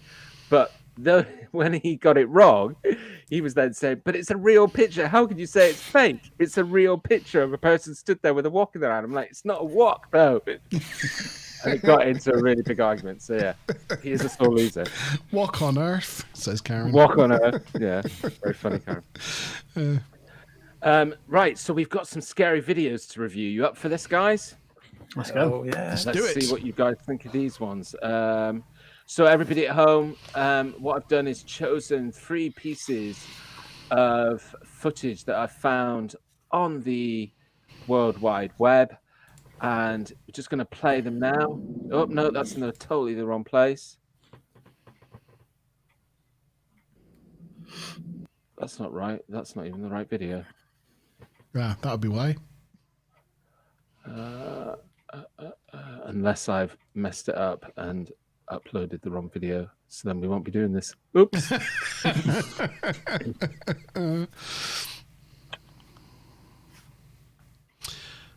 Sorry, can you just try that again? I'll just have to play it right with it. Fast forward it. No, I've uploaded the wrong video. Damn it. Yeah. Sorry, hold on. It's all right. We'll just talk amongst ourselves for a moment while you sort yourself out. So the idea of those games, Ryan and Steve, just because it just points out some of the investigative techniques you need to use when you're looking at these videos, and sometimes you have to look a little deeper than what the surface level will tell you initially. So that's why we quite like to play those games, And he likes to try to trick us on things that are obviously photoshopped or, sometimes. I managed to do well a lot of the time. It's playing with people's heads as well. It's the way you say it to play with people's heads. I think one month we had animals that were are they real animals or make believe animals? And yeah, that caught a lot of us out. Some weird creatures that exist. Like, what the hell? That's never real. That's Photoshop. No, it's real. Damn it. Yeah. So with your YouTube channel, then, how much time do you get to put into it? How much, like, do you have a set amount of? You planning to like release videos weekly or monthly, or what's your schedule looking like? I mean, we've been releasing videos once a week, and now Yeah, we usually release a video every Friday. Yeah, we try and get out at least once or twice a week as well. Tried to get a few shorts out throughout the week as well, but I've been slacking on that one. That's my bad. But yeah, we'll go and film a video every week, and then the following week the video will go up. Yeah. Yeah. Do you think you're going to be able to keep that? I know what it's like. It's getting harder now. Yeah, trying to find places. Yeah. So. Keeping the momentum going. We're spreading it out a little bit more now, so we're gonna, rather than just like ghost hunts and stuff, we want to move into more cryptid-based stuff and experience, like the video that Steve uploaded. UFOs, cryptids, bit of branch out a little bit. Because that's when we started the channel. That's like originally what it was going to be, but then we kind of steered more into the paranormal stuff. So yeah, now it's time to branch out a bit more. But we have got some exciting locations upcoming, so there are going to be some good investigations coming. Very cool, very cool. Stealth Andy Steve says, "What was the first growing noise?" The what? Growing? I'm not sure what that means, Andy. No. I mean, if you can clarify, Andy, I'm not sure. I'm not sure what that is. How you doing, G? Have you figured it out yet? I think I found the video. It's in my editing suite. I just got to transfer it from there over to my PC to be able to play it, because it's on my iPad. So I'm just waiting for it to load. So let's carry on talking about. So other than your own channel, is there any particular channels that you guys are big fans of that have influenced or inspired you? Yeah, I follow Ghost Theory, if you've seen those guys. And I do like some of the cheesier ones, more like Twin Paranormal. I know a lot of their stuff's quite over the top and that, but it's good. It makes for good content. Yeah. Yeah, definitely Ghost Theory, like Twin Paranormal. What else do I watch? You mentioned earlier, Steve, particularly yourself, that you got into the paranormal based on some experiences that you had. Are you happy to discuss them, or would you prefer to keep them? Yeah. So when did they happen? Probably my strangest one was actually when I was in America. Like one morning I'd come out of the shower and I was just crossing the hallway, and then I heard a woman say, "Hello, Abby," and that was the dog's name that was in the house. And I was thinking, who's that? And went downstairs and there's no one there. Like, everyone's out. So that was probably the weirdest one where I've actually heard a voice when no one's in the room. Mm-hmm. And another strange one is I've seen like a shadow. You've heard of shadow figures, shadow people. Yeah. I actually saw a shadow spider, like a tarantula. I'd got home from work and I was listening to the radio, just sitting on the bed. And were you in the States at this time?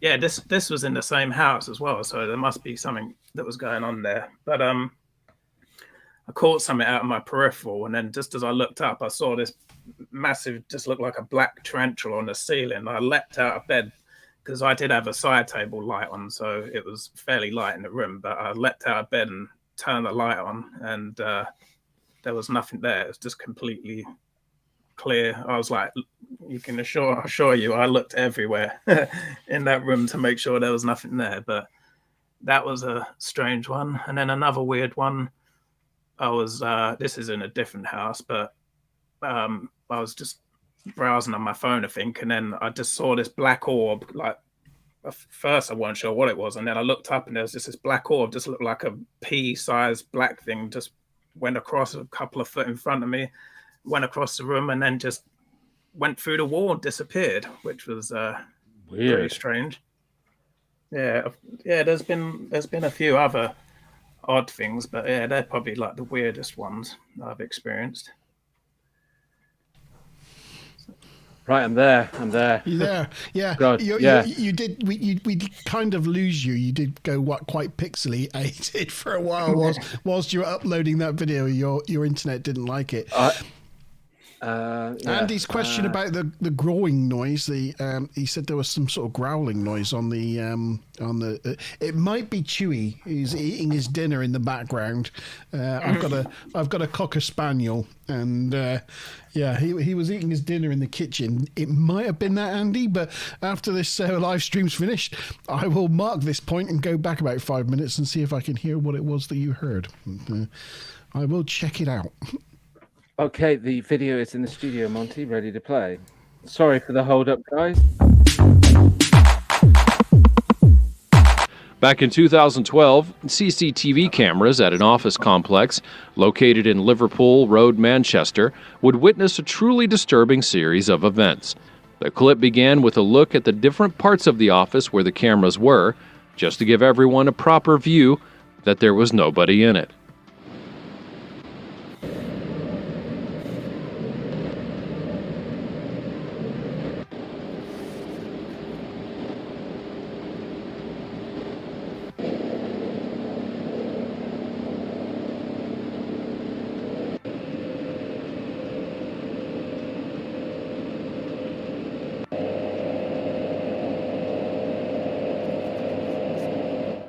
All of a sudden, one of the doors swings open and closes really loudly.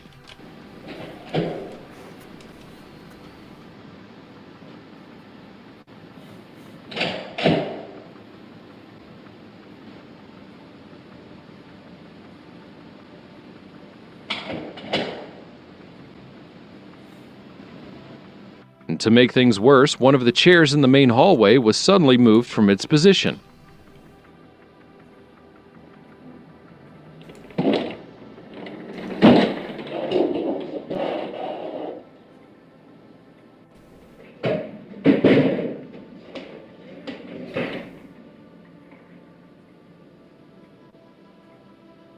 The kicking continues, with another chair being taken out of position and onto a different section.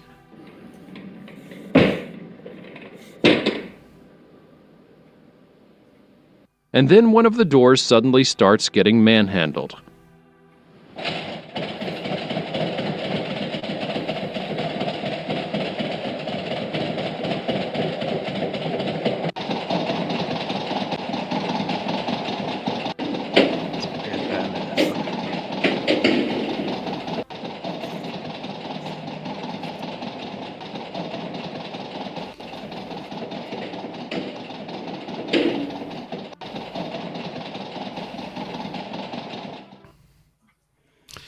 Yeah, I won't be working there. That's a nope from me. I'll tell you what, if it was my office and I came in the next day and my chair had been moved and I couldn't find my chair, I'd be pissed. Be like, who's messed about with my chair? Let's know in chat, guys, what you think. What did you guys from the Unexplained Files think of that one? Yeah, that's true. I've always been curious about them ones. You know, when you get like a door handle rattling like crazy like that, I'm like, why is a ghost doing that? Like, I could get it maybe more if there's someone there and it was like a spirit wants to freak him out. But then I'm always like curious why they do that. I don't know. It's interesting. Good video though. There's a couple of things that kind of pique my interest about it, and that is that having worked with a lot of CCTV, working in high security environments, the jargon that's on the screen for the CCTV doesn't look right. It looks too simplified. There's usually lots more information. And also, where the activity happens is all the angles pretty much that we can't really see in the Yeah. footage. So, like the door handles are moving, but we've never seen the cameras on the other side of the door unless they certainly haven't pointed out. I mean, they've shown us plenty of camera angles, but they're all at different times, right? So, if we were looking at a screen with all 15 cameras on it at the same time, we could then see that. The other thing that bothers me is that, again, with most places like shops, office blocks, if they had 24-hour CCTV, they wouldn't use infrared CCTV. When the lights are off and it's shut down, it's just black. You don't see night vision, which is what you're seeing again on here. These are just a couple of things that I'm just noting that just don't seem right. But what's really interesting about this whole thing is that the guy on the video doesn't bring attention to something. Did anybody notice the shadow? No. Oh, well, lucky I did, and I brought attention to it. Hold on. Let's get to the end of the initial video. And then one of the doors suddenly starts getting manhandled. Hold on. Right there. Yeah. Right, wait, I'll play it back in a minute. I've done it, slowed it down as well. Just need to wait for this version to end.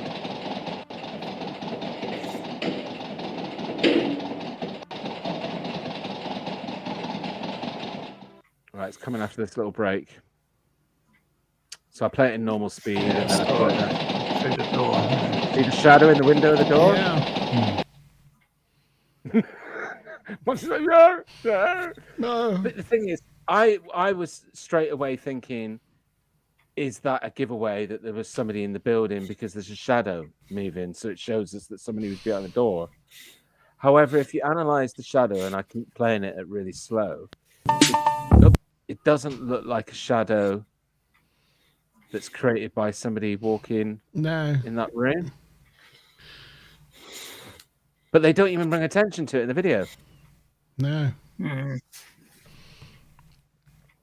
The other weird thing is I can't find that company at all. Again, it looks like a little bit of a propped, shopped office block. It doesn't seem to exist. There you go. What are you looking up, by the way? I want the one insurance. Yeah, the company. I think the details were at the beginning on that slide. This slider is so awful to control. It is, yeah. It says the name of the building, but it doesn't say the name of the company, does it? Oh yeah, that's true. But all of the it says to let on the outside of it. It looks empty, but all the signage on side is all I want. I want a will. I want insurance. I want the company is I want, but that doesn't seem to exist. Right. So earlier on, Ryan, you were saying that you grew up being a fan of Most Haunted. I'm sure you know all of the controversy around Most Haunted over the years. But actually, funny enough, they never really that much claimed that they had caught like a ghost on camera up until some recent years. I think it was in season 15 or something. And that's the footage that I'm about to play. This comes from Most Haunted. Is this the point where we get copyright strike? Does it? I can see it now. Go for it. I'm not behind you. Let's get your torch. Hello? They fell upstairs. Who are you? Hello? Who was that? Get your camera here quick. It was definitely personal, wasn't it? Definitely, yeah. Hello? Okay. Come on, if you hit. No, I'm moving. If you hit, what's that? What's that? There. Okay. Come on, if you hit. If you hit, what's that? What's that? There. That's pretty much it. Could you see it? Yeah. I see it at home in the stairway. The sort of ghost walking up the stairs. Unexplained files. What's your thoughts? If I saw that, I'm gone. No, I've got Yeah, one I here. remember I've seen seeing it. that one actually a while ago. Yeah, that's quite Because interesting. Most Haunted is finished now, hasn't it? Yeah, as far as I know of. Yeah, I think that was towards the very tail end, after the days of Derek Acora, and yeah, because I think he died in 2020, didn't he? Yeah. So, what did you think, Monty? I actually thought it looked similar to the shadow behind the door we saw a minute ago. It was kind of like that kind of weird. But yeah, it looked like a guy walking up some stairs, didn't it? In a kind of sort of semi-transparent way. Yeah. They're still on YouTube doing new stuff. Apparently. Mickey says that must be the Most Haunted team. So they Yvette Fielding? ported over. I don't know. But they're obviously ported over to YouTube, and unless they're just uploading old stuff, though, Mickey, you should let us know if you know if it's like brand new content. We're actually going to see them in November. They're doing like a thing in Barnstable in the theatre where they talk about some of their best cases and whatnot. Great, You get fantastic. like do a Q&A kind of thing as well. So that should be quite interesting. Yeah, Very cool. cool. Very good. Okay, so I don't want to scare anybody, but this last piece of footage, this was taken from a live stream Here we with go. 4 people live streaming. Right, I'm getting the dukes ready just in case. Keep your eyes behind you.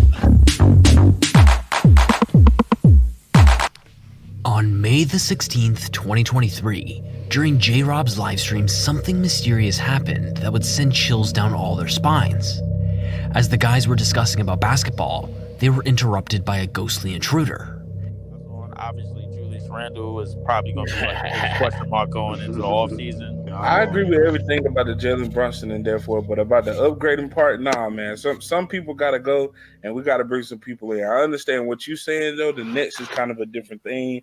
They blew everything up to bring in some superstars, but y'all already got R.J. Brunson. Y'all got Josh Hart. I think y'all need to build off of those 2 people and a couple of more pieces. Sorry, I'm just going to quickly stop it because I'm noticing, Monty, is there any way, because the contrast is really, because it looks almost black behind him, whereas in the video when I've watched it, it's not black. I can't do anything about it, really. You can't do anything about that? Because I do like R.J. Barrett, but I don't know. It might be time for him to go as well. You never really know. So I say you just build off of those people. What the hell was Is that a ghost? Something like this. Yo, Junebug, chill out. Yo, that wasn't even a person. Junebug, chill out. I ain't got time for this. Yo, did we catch a ghost on stream? Bro, stop. No, stop it. Stop it. Run it back. Go back, say it again. I say you just build off of those There you go. people. Was that a ghost? Slowing it down. The hell was that?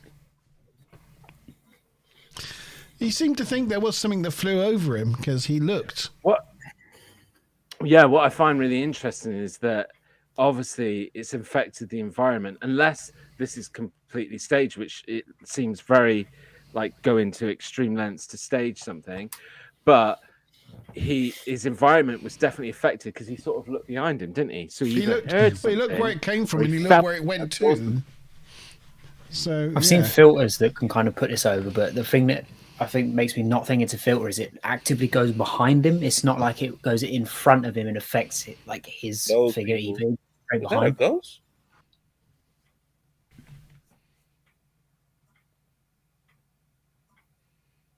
Yes.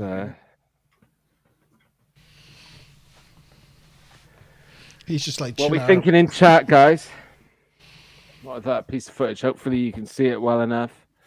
But yeah, it's glad I've not had anything like that happen to me on a live stream. Although one time when I was filming, I thought something moved behind me, but it turned out it was my shadow in the spotlight. But that was on the moors. No. This was when I was filming a vault in here. Because that happened when we were next to that memorial. When we were next to Charlotte's memorial, you were like, "What's that shadow?" Oh yes. Yeah, Oh, that it's happened on me. the video. It's me. It's my shadow. It's I'm your own scared of my shadow. own shadow, you see. So that's the problem. I'm not great for That was funny. paranormal, That was supernatural funny. investigation because I'm scared of my own shadow. Okay, so I guess if we then thought about all three, which would you vote for as probably being the most best evidence? Guys, from the Unexplained Files, would you choose number 1, 2, or 3? 2. I'll go 2 is the best. Yeah, 2. I don't know. 2 and 3. I'm a bit torn between. I'll say 2. I was going to go with 2 as well, to be honest.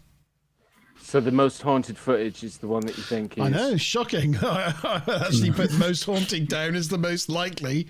Yeah, what's going on with me? I don't know. But yeah, no, to me it was the best one of the 3.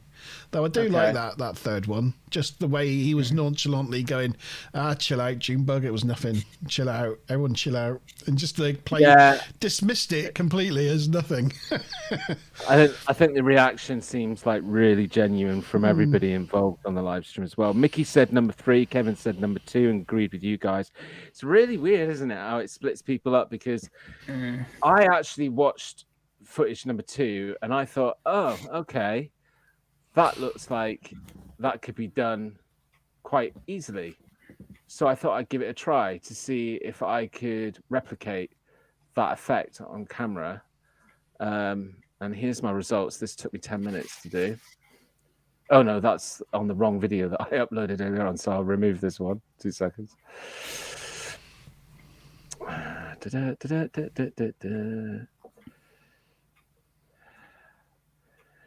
Ready, Monty?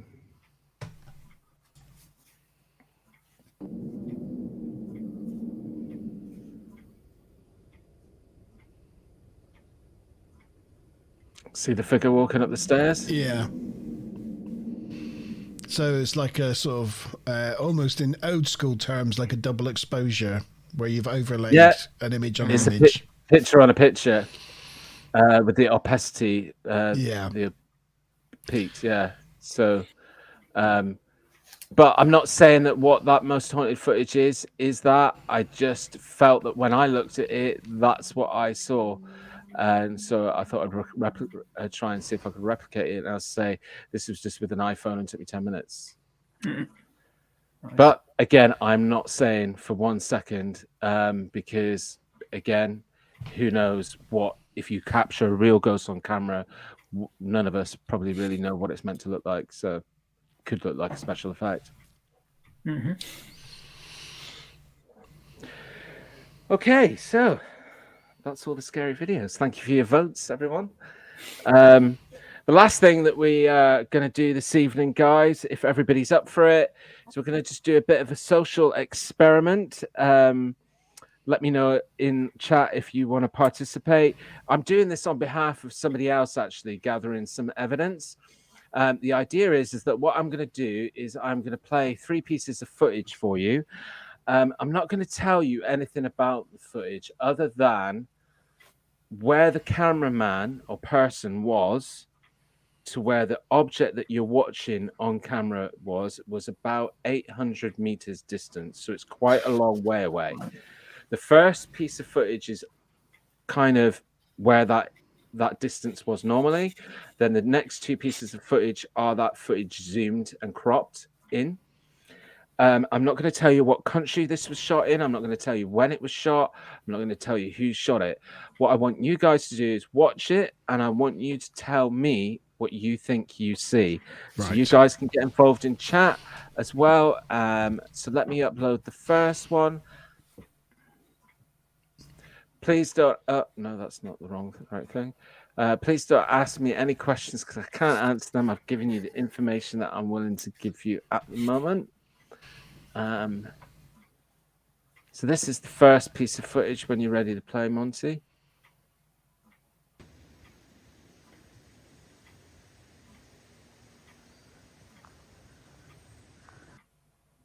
Okay, does anybody want to watch that again? It's very short, I know. Here it is coming again.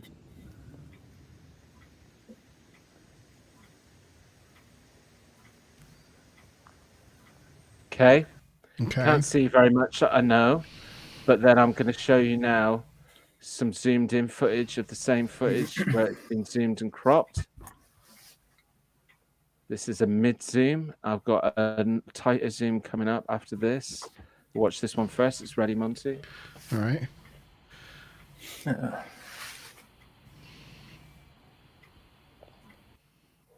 Okay, I'm going to play that once more time.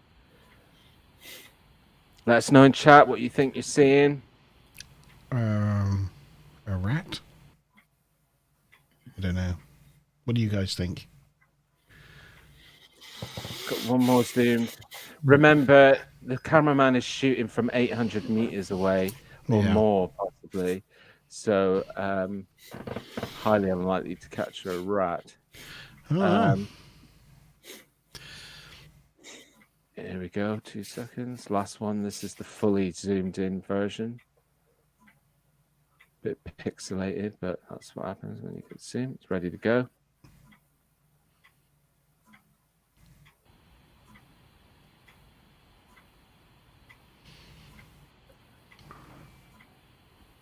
Looks like a bear running or something. Yeah. It's Play it difficult once to more. get a sense of scale, isn't it? Well, your sense of scale is from your first video. Looks like I'd say a bear bear. the way it's running. I don't know. I'll play the first one again. Yeah. Monty, for you, so that you can get your sense of scale. Yeah. Hold on a minute. Ready. What do you think in chat? What were you thinking? Bear? Laura B saying a bear. Kevin saying definitely a bear. So that's your perspective. Oh, I see it. Oh, yeah. Oh, so it's at the side of a field. I got it. Yeah, and then look at how far away the camera went. Oh, I'm with you. It's So going to it's tell us zoomed now it's right in in. the UK. Nah, I'm alright. It looks it, doesn't it? Right. I'm waiting for you to say now it's in the UK. Yeah, Devon. So it's on Dartmoor. I'll say that. Okay. I'm just going to play you the full zoom again, the last time. Ready, Monty? So in chat, we've got Kevin saying definitely a bear. I have to agree with Smiler. I think I see seal. Yeah. Funny enough. Yeah. The way it lollops. That's a good word, Smiler Rainbow. Lollop. I like that. So, a lolloping Stephen seal. Wright, your vote is going for a bear. I'm with And we've Smiler. got- Seal. Seal in the middle of a field. Yeah. Okay. I get where you're coming from, the way it moves. Yeah. Might possibly. That's a good option. Hey, well, if you go down to like Nuki, like I do a lot, you do see seals like on the rocks along the coast there. There's no one could have wandered into a field on the other side of the cliff. You never know. Well, Smiler originally went bear. Mickey went black bag, getting blown about in a field. Black bag. Kevin Yeah, said yeah. looks like some bipedal being walking up the hill. Then Smiler said, I reckon a bear running up a hill. Kevin said definitely a bear. Laura B said a bear. That full zoom shows it. What is what Kevin said, and you guys from the Unexplained Files are going bear as well. Mm-hmm. Okay, Monty, you're going seal. Yes. Okay. So I would say that the majority vote has got a bear, right? Bear. Yeah, that was That's what we've gone with the conclusion. That's our social experiment complete. Now I can tell you where the footage has come from. Okay. And the footage has not been released online yet. Nobody else has seen it other than the person who's filmed it. This was shared with me at the beginning of this week, and this was filmed. Actually, I'm going to remove this from the video, from the studio, and just upload another video. This next video is ready to go.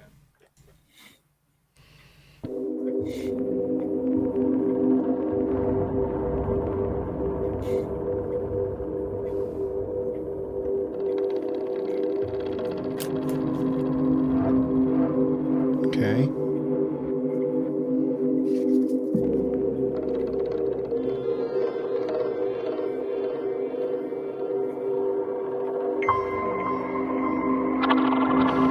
It's quite quick, actually.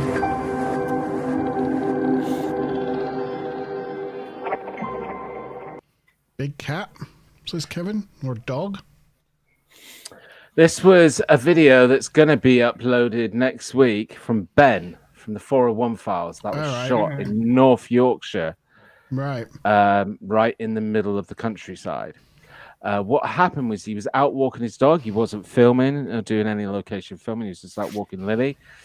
And he overheard a bunch of, I guess you guys know that when people go out on hunts, you get a group of people who will upset the stuff to clear all the birds and frighten all the stuff away. And he could hear all of them doing that. And then he saw this thing fly out of these trees in this bush and belt it across in the original video that he's got, that he sent to me, he's got his original audio on it, and he's going, "What the hell is that? It is making its way across that field like something really quick." And it was really, really quick in the original footage. Obviously, in the zoom bits, it slowed down a little bit. But when he shared it with me, and I felt kind of honored because it was one of the first people that he sent it to say, "Please let me know what you think of this." And my instant thought was, when I looked at it without him telling me too much background, I thought it was a bear. Yeah. Well, my seal theory being in the middle of Yorkshire, that's not panned out, has it? But it could be a seal that's got let loose, or somebody's abandoned, and it was in a river, and there could be a river nearby, and it's come out of the river. You never know. You never know. You never know. But what I said to Ben is, I started telling him off because he didn't investigate it properly. Because I said to him, after you shot that, did you go down to the location to check for drop-ins or for prints? Because if you found some bear shit, like literally, and we could analyze it as bear shit, we know that there's a bear in North Yorkshire, because a lot of people would want to know that, right? So it's important whether it's paranormal or it's not, But yeah, really interesting shot that he's got. Very jealous considering he's just out walking the dog. But he will be uploading a video later on next week where he fully covers, all the description of that. So watch out for that one. But thank you for being part of that social experiment, because I can report back to him and say majority of the audience said bear. Because it does, the way it waddle of the back legs, and the back legs look longer than the front legs. And you do see at times it looks like it's almost bipedal, because Ben was saying that, and I was like, yeah, but don't forget bears go bipedal a lot of the time. They can stay on their back legs for quite a long time. And also Kevin mentioned in chat that he thought at times he was seeing it go bipedal as well. So very interesting. That was cool. Thanks for being part of that, everyone. Yep. Thank you very really much. Good fun. And that's the last of what I've got prepared. That is it. Andy, Steve, do you want to tell us what you've got coming up on your YouTube channel over the next week? Brian. Yeah, well, we today we've had a video go up. I managed to go to a place called Danino Den in Scotland. That's an old pagan worship site, and me and my friends had an explore around there. We got some interesting evidence. I won't spoil anything. It is up on the channel now, so if you want to go watch it, everyone. I'm free to go do that. And we do, at the end of the month, have a Bodmin jail investigation. So hopefully that's going to be cool. Is that one of the official ones? Are you joining the official? Well, because the option is to go around with either the people that work there, or you can go around on your own. So yeah, they do a sleepover. Is what I mean. Is they do one where it's a hotel now, isn't it? It's like, no, yeah, because I think this one's from like 9:30 till 1:30 in the morning or something. So. Cool. Right. Yeah. Very. Have you ever been to Bodmin jail? No, well, in the daytime, but never like to investigate or anything like that before. So. Well, enjoy it. It's a very cool location. Shame that the most spooky area of it they made into a hotel. But I'd love to stay in some of those hotel rooms now and see if you pick up anything. It looks it was a really impressive space before. Yeah. Right. So from me, guys, I'm before we came to this live stream, we were already chatting about hopefully being able to get out and collaborate in the future and go and do some shared location. Why not? We're only a few, like 45 minutes, 50 minutes away from each other, probably on the road. So hopefully watch out for that. That'll happen sometime soon, either with the Vault or with the Underground Paradox. Let's see what evolves. But for now, I just want to say a big thank you, guys, for coming on tonight and just joining us. Thank you. It's a pleasure to support people that are Devon, Southwest based, keep the community strong in the paranormal in the Southwest and support each other. So hope everyone can go over and check out your channel and subscribe. We'll put a link in the description so that anybody watching this post live can also check it out and join you guys. But it's already again, there. It's already there. One big last thank you from me. As we go off of live, please don't disappear, guys. We're going to stay and have a little bit of a chat. But for now, I'm going to say good night, Monty. Good night. Thanks to everyone in live chat for joining us. Laura B, Smiler Rainbow, Kevin Worrell, Andy, Steve, thank you for joining us. Sean for popping by, and Mickey and Karen and everyone else. Caroline as well, Laura B. Queen. Yes. Queen is Caroline. Caroline, sorry, Queen of Hearts.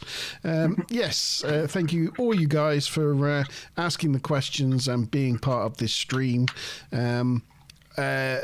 Steve, Ryan, you're always welcome back to the Monte Zone if you ever want to come back. Hopefully this has not been too traumatic an experience. No, this is we've been sat watching the video with the announcement for the last few days, being like Ryan and Steve of the Unexplained Files. This is our first little moment, so thank you for passing this on. It's been very good. It's been great. It's been great to have you on. I don't know if you can rip videos off of YouTube, but you're more than welcome to rip this off and use it on your channel. Promote yourself, or we can send you the video if that's not possible.